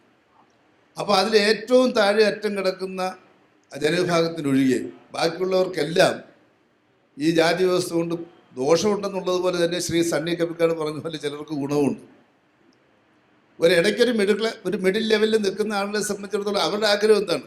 അവരുടെ ആഗ്രഹം എന്ന് പറയുന്നത് തന്നേക്കാൾ മുകളിലുള്ളവരുടെ ഒരു അവസ്ഥയിലേക്ക് എത്തിച്ചേരണമെന്നാണ്. ഒരു മിഡിൽ ലെവലുള്ള ഒരു ജാതി വിഹരിക്കുന്നവരെ സംബന്ധിച്ചിടത്തോളം അവരുടെ മുകളിലുള്ള ജാതിയുടെ ഒരു സ്റ്റാറ്റസിലേക്ക് തങ്ങൾക്ക് എത്തിച്ചേരണം. എന്നാൽ തനിക്ക് താഴെയുള്ള ആളുകൾ അതുപോലെ നിലനിൽക്കുകയും വേണം. അതാണ് അതിൻ്റെ കാര്യം. തനിക്ക് ചവിട്ടിത്തേക്കാൻ, തനിക്ക് മേധാവിത്വം. കാരണം ഇതൊരു സാമൂഹികമായിട്ടുള്ള പദവിയാണ്, ഒരു സോഷ്യൽ സ്റ്റാറ്റസാണ് ജാതി എന്ന് പറയുന്നത്. അത് ജന്മം കൊണ്ട് തന്നെ നമുക്ക് കിട്ടുന്നതാണ്. ആ സോഷ്യൽ സ്റ്റാറ്റസ് മറ്റുള്ള മനുഷ്യരുടെ മുകളിൽ മേധാവിത്വം വഹിക്കാനുള്ള, മേധാവിത്വം അടിച്ചേൽപ്പിക്കാനുള്ള ഈ അവസ്ഥ ഈ താഴെ അറ്റം കിടക്കുന്നവർക്കൊഴിയെ ബാക്കിയുള്ളവർക്കെല്ലാം കിട്ടുന്നു എന്നുള്ളതുകൊണ്ട് അത്യാവശ്യം ജാതി പോകേണ്ടതില്ല എന്നാണ് ഈ ജാതി വ്യവസ്ഥയുടെ ദുരന്തഫലങ്ങൾ അനുഭവിക്കുന്ന ആളുകൾ പോലും കരുതുന്നത്. അതാണ് അതിൻ്റെ പ്രശ്നം ഏറ്റവും പ്രധാനമായിട്ടുള്ളത്. മറ്റൊന്ന് ഇവിടെ സൂചിപ്പിച്ചതുപോലെ മറ്റ് പലതുമായിട്ട് ബന്ധപ്പെട്ട് കിടക്കുകയാണ്. ഇപ്പം യൂറോപ്പിലെ നവോത്ഥാനവും നമ്മുടെ നവോത്ഥാനവും തമ്മിൽ കമ്പയർ ചെയ്യേണ്ട കാര്യമൊന്നുമില്ല. അങ്ങനൊരു കമ്പാരിസൺ നല്ലതേ അല്ല. യൂറോപ്പിൽ നടന്ന നവോത്ഥാനം വാസ്തവത്തിൽ ഫ്യൂഡലിസത്തിൻ്റെ എല്ലാ അവശിഷ്ടങ്ങളെയും പൂർണ്ണമായിട്ടും തകർത്ത് തരിപ്പണമാക്കി അതിൻ്റെ ചുടലച്ചാരത്തിൽ നിന്നാണ് അവിടുത്തെ മുതലാളിത്തം ഉയർന്നു വന്നിട്ടുള്ളത്. ഇന്ത്യയിൽ അങ്ങനെയല്ലല്ലോ. ഇന്ത്യയിൽ വാസ്തവത്തിൽ ആ നവോത്ഥാനത്തെ സംബന്ധിച്ച് യൂറോപ്യൻ നവോത്ഥാനത്തിൻ്റെ അതേ അളവുകൾ വെച്ച് അതേ മാനദണ്ഡങ്ങൾ പരിശോധിച്ച് നോക്കിയാൽ ഇന്ത്യൻ നവോത്ഥാനം എന്ന് പറയുന്നത് നടന്നിട്ടുണ്ടോ എന്ന് തന്നെ പകുതി വഴിക്ക് വെച്ച് അവസാനിക്കപ്പെട്ട ഒരു കാര്യമാണ്. നമുക്ക് പലപ്പോഴും പകുതി വഴിക്ക് വെച്ച് അവസാനിപ്പിക്കേണ്ടി വരുന്നു. കേരളത്തിൽ യഥാർത്ഥത്തിൽ അല്ലെങ്കിൽ ഇന്ത്യയിൽ അല്ലെങ്കിൽ കേരളത്തിൽ നടന്നതെന്താണ്? വാസ്തവത്തിൽ ഈ ജാതി വ്യവസ്ഥയുടെ ഭാഗമായിട്ട് അൺടച്ചബിലിറ്റി അവസാനിപ്പിക്കുക എന്നുള്ളൊരു പരിപാടി മാത്രമാണ്. അൺടച്ചബിലിറ്റി എന്ന് പറയുന്നത് ഈ നമ്മുടെ കേരളത്തിൽ അല്ലെങ്കിൽ ഇന്ത്യയിൽ മുതലാളിത്തത്തിൻ്റെ വളർച്ചയ്ക്ക് തടസ്സമായി നിൽക്കുന്ന ഒരു കാര്യമാണ്. മുതലാളിത്തത്തിൻ്റെ വളർച്ചയിൽ ഇപ്പോൾ ഇവിടുത്തെ ജാതി വ്യവസ്ഥയുമായി ബന്ധപ്പെടുത്തി ഓരോ ജാതിക്കാർക്കും ഓരോ കുലത്തൊഴിൽ കൊടുത്തിരിക്കുകയാണ്. ആ കുലത്തൊഴിൽ വിട്ട് ഏത് തൊഴിലും ചെയ്യാൻ കഴിയുന്ന തരത്തിലേക്ക് ഒരു തൊഴിലാളി വർഗം ഉണ്ടായി വന്നെങ്കിൽ മാത്രമേ, ഒരു തൊഴിലാളികളുടെ ഒരു കൂട്ടം ഉണ്ടായി വന്നെങ്കിൽ മാത്രമേ മുതലാളിത്തത്തിന് വളരാൻ പറ്റൂ. അതാണ്. അല്ലാതെ ഇപ്പോൾ ഓരോ സമുദായത്തിൽപ്പെട്ടവർക്ക് ഓരോ കുലത്തൊഴിൽ പറഞ്ഞിരിക്കുന്നത്. ആ കുലത്തൊഴിൽ നിന്ന് ആ കുലത്തൊഴിൽ വിട്ട് അവർ ആ കുലത്തൊഴിൽ തന്നെ നിൽക്കുകയാണെങ്കിൽ പിന്നെ വേറെ എങ്ങനെയാണ് ഈ മുതലാളിത്തത്തിൻ്റെ ഫാക്ടറികളിലേക്ക് അല്ലെങ്കിൽ കേരളത്തെ സംബന്ധിച്ചിടത്തോളം പറഞ്ഞാൽ നമ്മുടെ തോട്ടങ്ങളിലേക്കൊക്കെ തന്നെ തൊഴിലാളികളെ കിട്ടുക? കേരളത്തിലെ ഓരോ ജാതിക്കാർക്കും ഓരോ കുലത്തൊഴിൽ പറഞ്ഞിട്ടുണ്ട്. അപ്പം ആ കുലത്തൊഴിലും ജാതിയും തമ്മിൽ, തൊഴിലും ജാതിയും തമ്മിലുള്ള ബന്ധം വിച്ഛേദിക്കപ്പെടണം. കേരളത്തിൽ പ്രധാനത്തിൽ നമ്മുടെ ഈ സാമൂഹ്യ നവോത്ഥാന പ്രസ്ഥാനത്തിൻ്റെ ആരംഭം പരിശോധിച്ച് നോക്കിയാൽ കേരളത്തിലെ മുതലാളിത്തത്തിൻ്റെ വളർച്ചയുമായി ബന്ധപ്പെട്ടുകൊണ്ടാണ്. മുതലാളിത്തം കേരളത്തിൽ വളർന്നു വരുന്ന, ആരംഭം കുറിക്കുന്ന ആ ഘട്ടത്തിൽ തന്നെയാണ് കേരളത്തിലെ നവോത്ഥാന പ്രസ്ഥാനവും രൂപം കൊള്ളുന്നതും ഒക്കെ തന്നെ. എന്തുകൊണ്ടൊരു 15-ാം നൂറ്റാണ്ടിൽ ഒരു ശ്രീനാരായണ ഗുരുദേവൻ ഉണ്ടായില്ല? എന്തുകൊണ്ടൊരു 16-ാം നൂറ്റാണ്ടിലെ ഒരു അയ്യങ്കാളി ഉണ്ടായില്ല? നമ്മൾ പരിശോധിക്കേണ്ട ഒരു പ്രശ്നമല്ലേ എന്തുകൊണ്ടുണ്ടായില്ല എന്നുള്ളത്. എന്തുകൊണ്ടാണ് 18-ാം നൂറ്റാണ്ടിലും 19-ാം നൂറ്റാണ്ടിലും അന്ന് അവരെ ഈ പറഞ്ഞതുപോലെ അവരുടെ ആവശ്യതയുണ്ട്. ഒരു ചരിത്രത്തിൻ്റെ സൃഷ്ടികളാണ് ഇവരെല്ലാം. പക്ഷേ ഇത് ഇടയ്ക്ക് വന്നിട്ട് അവിടെ വെച്ച് തന്നെ നിർത്തലാക്കപ്പെട്ടു. എന്ത്? യൂറോപ്യൻ നവോത്ഥാനത്തിൻ്റെ കാലത്ത് അവർ നശിപ്പിച്ച എല്ലാത്തിനെയും നശിപ്പിക്കാൻ ഇവിടെ തയ്യാറായില്ല. കാരണം ഇന്ത്യൻ മുതലാളിത്തത്തിന് ഈ തൊഴിലാളി വർഗത്തിൻ്റെ കൂട്ടായ്മ, യോജിപ്പ് തടഞ്ഞു നിർത്താൻ ജാതി വ്യവസ്ഥ നിലനിൽക്കുന്നത് വളരെ നല്ലതാണ് എന്നുള്ളതുകൊണ്ട്, അതിനെ ഒരു ടൂളായിട്ട് ഉപയോഗിക്കാം എന്നുള്ളതുകൊണ്ട്, ജാതിയുടെ പേരിൽ പരസ്പരം ആളുകളെ ഭിന്നിപ്പിച്ച് നിർത്തി തൊഴിലാളികൾ പരസ്പരം ഐക്യപ്പെട്ട് അവർ മുതലാളിത്തത്തിനെതിരായിട്ട് തിരിയുന്ന ഒരു വർഗസമരത്തിലേക്ക് കടന്നു പോകുന്നൊരവസ്ഥ ഒഴിവാക്കുന്നതിന് ജാതി ഉപയോഗിക്കാമെന്നുള്ളത് കൊണ്ട് ജാതി വ്യവസ്ഥയെ നിലനിർത്തി, എന്നാൽ ജാതി വ്യവസ്ഥയുടെ ഭാഗമായിട്ടുള്ള അൺടച്ചബിലിറ്റി, അത് തൊഴിലുമായിട്ടുള്ള ബന്ധം അറുത്തു മാറ്റുക എന്ന് പറയുന്ന പ്രക്രിയയാണ് കേരളത്തിലും ഇന്ത്യയിലും നടന്നിട്ടുള്ളത്. അതല്ലാതെ യൂറോപ്പിൽ നടന്നതുപോലെ ഈ നവോത്ഥാന പ്രസ്ഥാനത്തിൻ്റെ പൂർണ്ണമായിട്ടുള്ള പ്രയോഗം ഇന്ത്യയിൽ വന്നിരുന്നെങ്കിൽ, കേരളത്തിൽ വന്നിരുന്നെങ്കിൽ ഈ ജാതിയെപ്പറ്റി നമുക്ക് ഇവിടെ നിന്ന് ചർച്ച ചെയ്യേണ്ട ഒരു അവസ്ഥ ഉണ്ടാകുമായിരുന്നില്ല. അതുകൊണ്ട് തന്നെ ഈ ജാതി വ്യവസ്ഥ ഇന്ന് ഇന്ത്യൻ ഭരണവർഗത്തിന്, ഫാസിസത്തിന് ഒക്കെ തന്നെ വളരെ നന്നായി അവരുടെ നിലനിൽപ്പിന് വേണ്ടി ഉപയോഗപ്പെടുത്താം എന്നുള്ളത് കൊണ്ട് ജാതി വ്യവസ്ഥയെ നിലനിർത്തിക്കൊണ്ട് പോകാൻ വേണ്ടിയുള്ള ശക്തമായിട്ടുള്ള ഇടപെടലും നമ്മുടെ രാജ്യത്തും നമ്മുടെ സംസ്ഥാനത്തും നടക്കുന്നു എന്നുള്ളൊരു യാഥാർത്ഥ്യമാണ്. ജാതി വ്യവസ്ഥ സാമൂഹ്യ, സാമ്പത്തിക, രാഷ്ട്രീയ രംഗങ്ങളുമായിട്ട് അഭേദ്യമായി ബന്ധപ്പെട്ടിരിക്കുന്നു എന്നുള്ളത് കൊണ്ട് ആ മേഖലകളിലെ മാറ്റവുമായിട്ട് ബന്ധപ്പെടുത്തിക്കൊണ്ട് മാത്രമേ ജാതി വ്യവസ്ഥ പൂർണ്ണമായിട്ട് ഇല്ലാതാക്കാൻ വേണ്ടി കഴിയത്തുള്ളൂ. ജാതിയുടെ പ്രത്യക്ഷമായിട്ടുള്ള ചില ബഹിർസ്ഫുരണങ്ങൾ ഒഴിവാക്കാം എന്നുള്ളതല്ലാതെ കേരളത്തിൽ തന്നെ ജാതി ഉൾവലിഞ്ഞ് ഓരോ മനുഷ്യൻ്റെയും മനസ്സിനകത്തെ കയറിയിരിക്കുകയാണ്. വളരെ നന്നായി ഭംഗിയായി ചിരിച്ച് കളിച്ച് തോളിൽ കൈയിട്ട് നടക്കുമ്പോഴും ഓരോ മനുഷ്യൻ്റെ ഉള്ളിൽ ജാതി വളരെ കൃത്യമായി പ്രവർത്തിക്കുകയും ആ ജാതീയമായിട്ടുള്ള പ്രവർത്തനം വെണ്ണയ്ക്കകത്തൂടെ ബ്ലേഡ് കത്തി ഇറക്കുമ്പോൾ നമുക്ക് അവസാനം രണ്ടും ഒരുമിച്ച് യോജിച്ചിരിക്കുന്നത് കാണുന്ന പോലെ ആ ഒരു അവസ്ഥയിലേക്ക് കേരളീയ സമൂഹത്തിൽ നിൽക്കുകയാണ്. തീർച്ചയായിട്ടും ഇതിനെതിരായിട്ട് അതിശക്തമായിട്ടുള്ള നവോത്ഥാന പ്രസ്ഥാനത്തിൻ്റെ മൂല്യങ്ങളെ തിരികെ കൊണ്ടുവന്ന് സാമൂഹ്യ രംഗത്ത്, ആശയലോകത്തിൽ ഈ ജാതിക്കെതിരായിട്ടുള്ള വലിയ സമരം ആശയലോകത്തിൽ നടത്തിക്കൊണ്ട് മാത്രമേ, അതിന് മറ്റ് സാമൂഹ്യ മാറ്റത്തിന് വേണ്ടിയുള്ള സമരങ്ങളുമായി ബന്ധപ്പെടുത്തിക്കൊണ്ട് മാത്രമേ ജാതിയെ പൂർണ്ണമായിട്ട് നിർമ്മാർജ്ജനം ചെയ്യാൻ കഴിയൂ എന്നുള്ളതാണ് നമുക്ക് മനസ്സിലാക്കാൻ കഴിയുന്നൊരു കാര്യം. പിന്നീട് ഇവിടെ ഉയർന്നു വന്ന പല പ്രശ്നങ്ങളെ സംബന്ധിച്ച് ഇപ്പോൾ ഒരു ഇൻഫീരിയോറിറ്റി കോംപ്ലക്സ്, അല്ലെങ്കിൽ ഒരു നിരാശ, അല്ലെങ്കിൽ ഒരു എന്താണ് അതിന് പറയുക, നമ്മുടെ ഒരു അപകർഷതാ ബോധം, അല്ലെങ്കിൽ ഒരു സ്വയം ബലമില്ലായ്മ, അങ്ങനെയൊക്കെ ഉണ്ടാവാറുണ്ട് എന്ന കാര്യം ആദ്യമായിട്ട് ഉന്നയിച്ചത് ശ്രീ കുഞ്ഞാമനാണ്.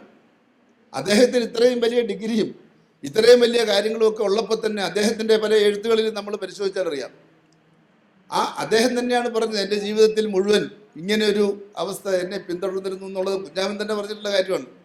തീർച്ചയായിട്ടും അത്തരം പ്രശ്നങ്ങൾ പരിഹരിക്കുന്നതിന് സാമൂഹികമായിട്ടുള്ള ഇടപെടൽ ആവശ്യമാണെന്നുള്ള കാര്യത്തിൽ യാതൊരു തർക്കവുമില്ല. നമുക്ക് സമയം അതിക്രമിച്ചിരിക്കുന്നതുകൊണ്ട് ചർച്ച ഇവിടെ വെച്ച് അവസാനിപ്പിക്കാം.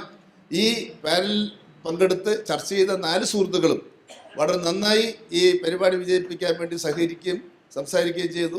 സമയ ക്ലിപ്തത പാലിക്കുന്ന കാര്യത്തിൽ അവരെല്ലാം തന്നെ വളരെ ആത്മാർത്ഥമായി ഒരു ഇടപെടലില്ലാതെ തന്നെ അവർ ചെയ്തു എന്നുള്ളത് അധ്യക്ഷൻ്റെ ഒരു ജോലി വളരെ നിസ്സാരമാക്കി മാറ്റി തന്നു. അതുപോലെ തന്നെ വളരെ ശ്രദ്ധയോടുകൂടി നമ്മുടെ ഈ സദസ്സിലുണ്ടായിരുന്ന മുഴുവൻ ആളുകളും ഈ അഭിപ്രായങ്ങൾ രേഖപ്പെടുത്താൻ വേണ്ടി തയ്യാറായി. അതോടൊപ്പം തന്നെ ശ്രമിക്കാൻ വേണ്ടി തയ്യാറായി. നല്ല ഫലപ്രദമായ ഒരു സെഷനായിട്ടാണ് ഇത് അവസാനിക്കുന്നതാണ് എനിക്ക് തോന്നുന്നത്. ഇതിൽ പങ്കെടുത്ത് ഈ പരിപാടി വിജയിപ്പിക്കാൻ വേണ്ടി സഹകരിച്ച മുഴുവൻ ആളുകളോടും നന്ദി രേഖപ്പെടുത്തിക്കൊണ്ട് ഈ അവസാനിപ്പിച്ച ഇറങ്ങി.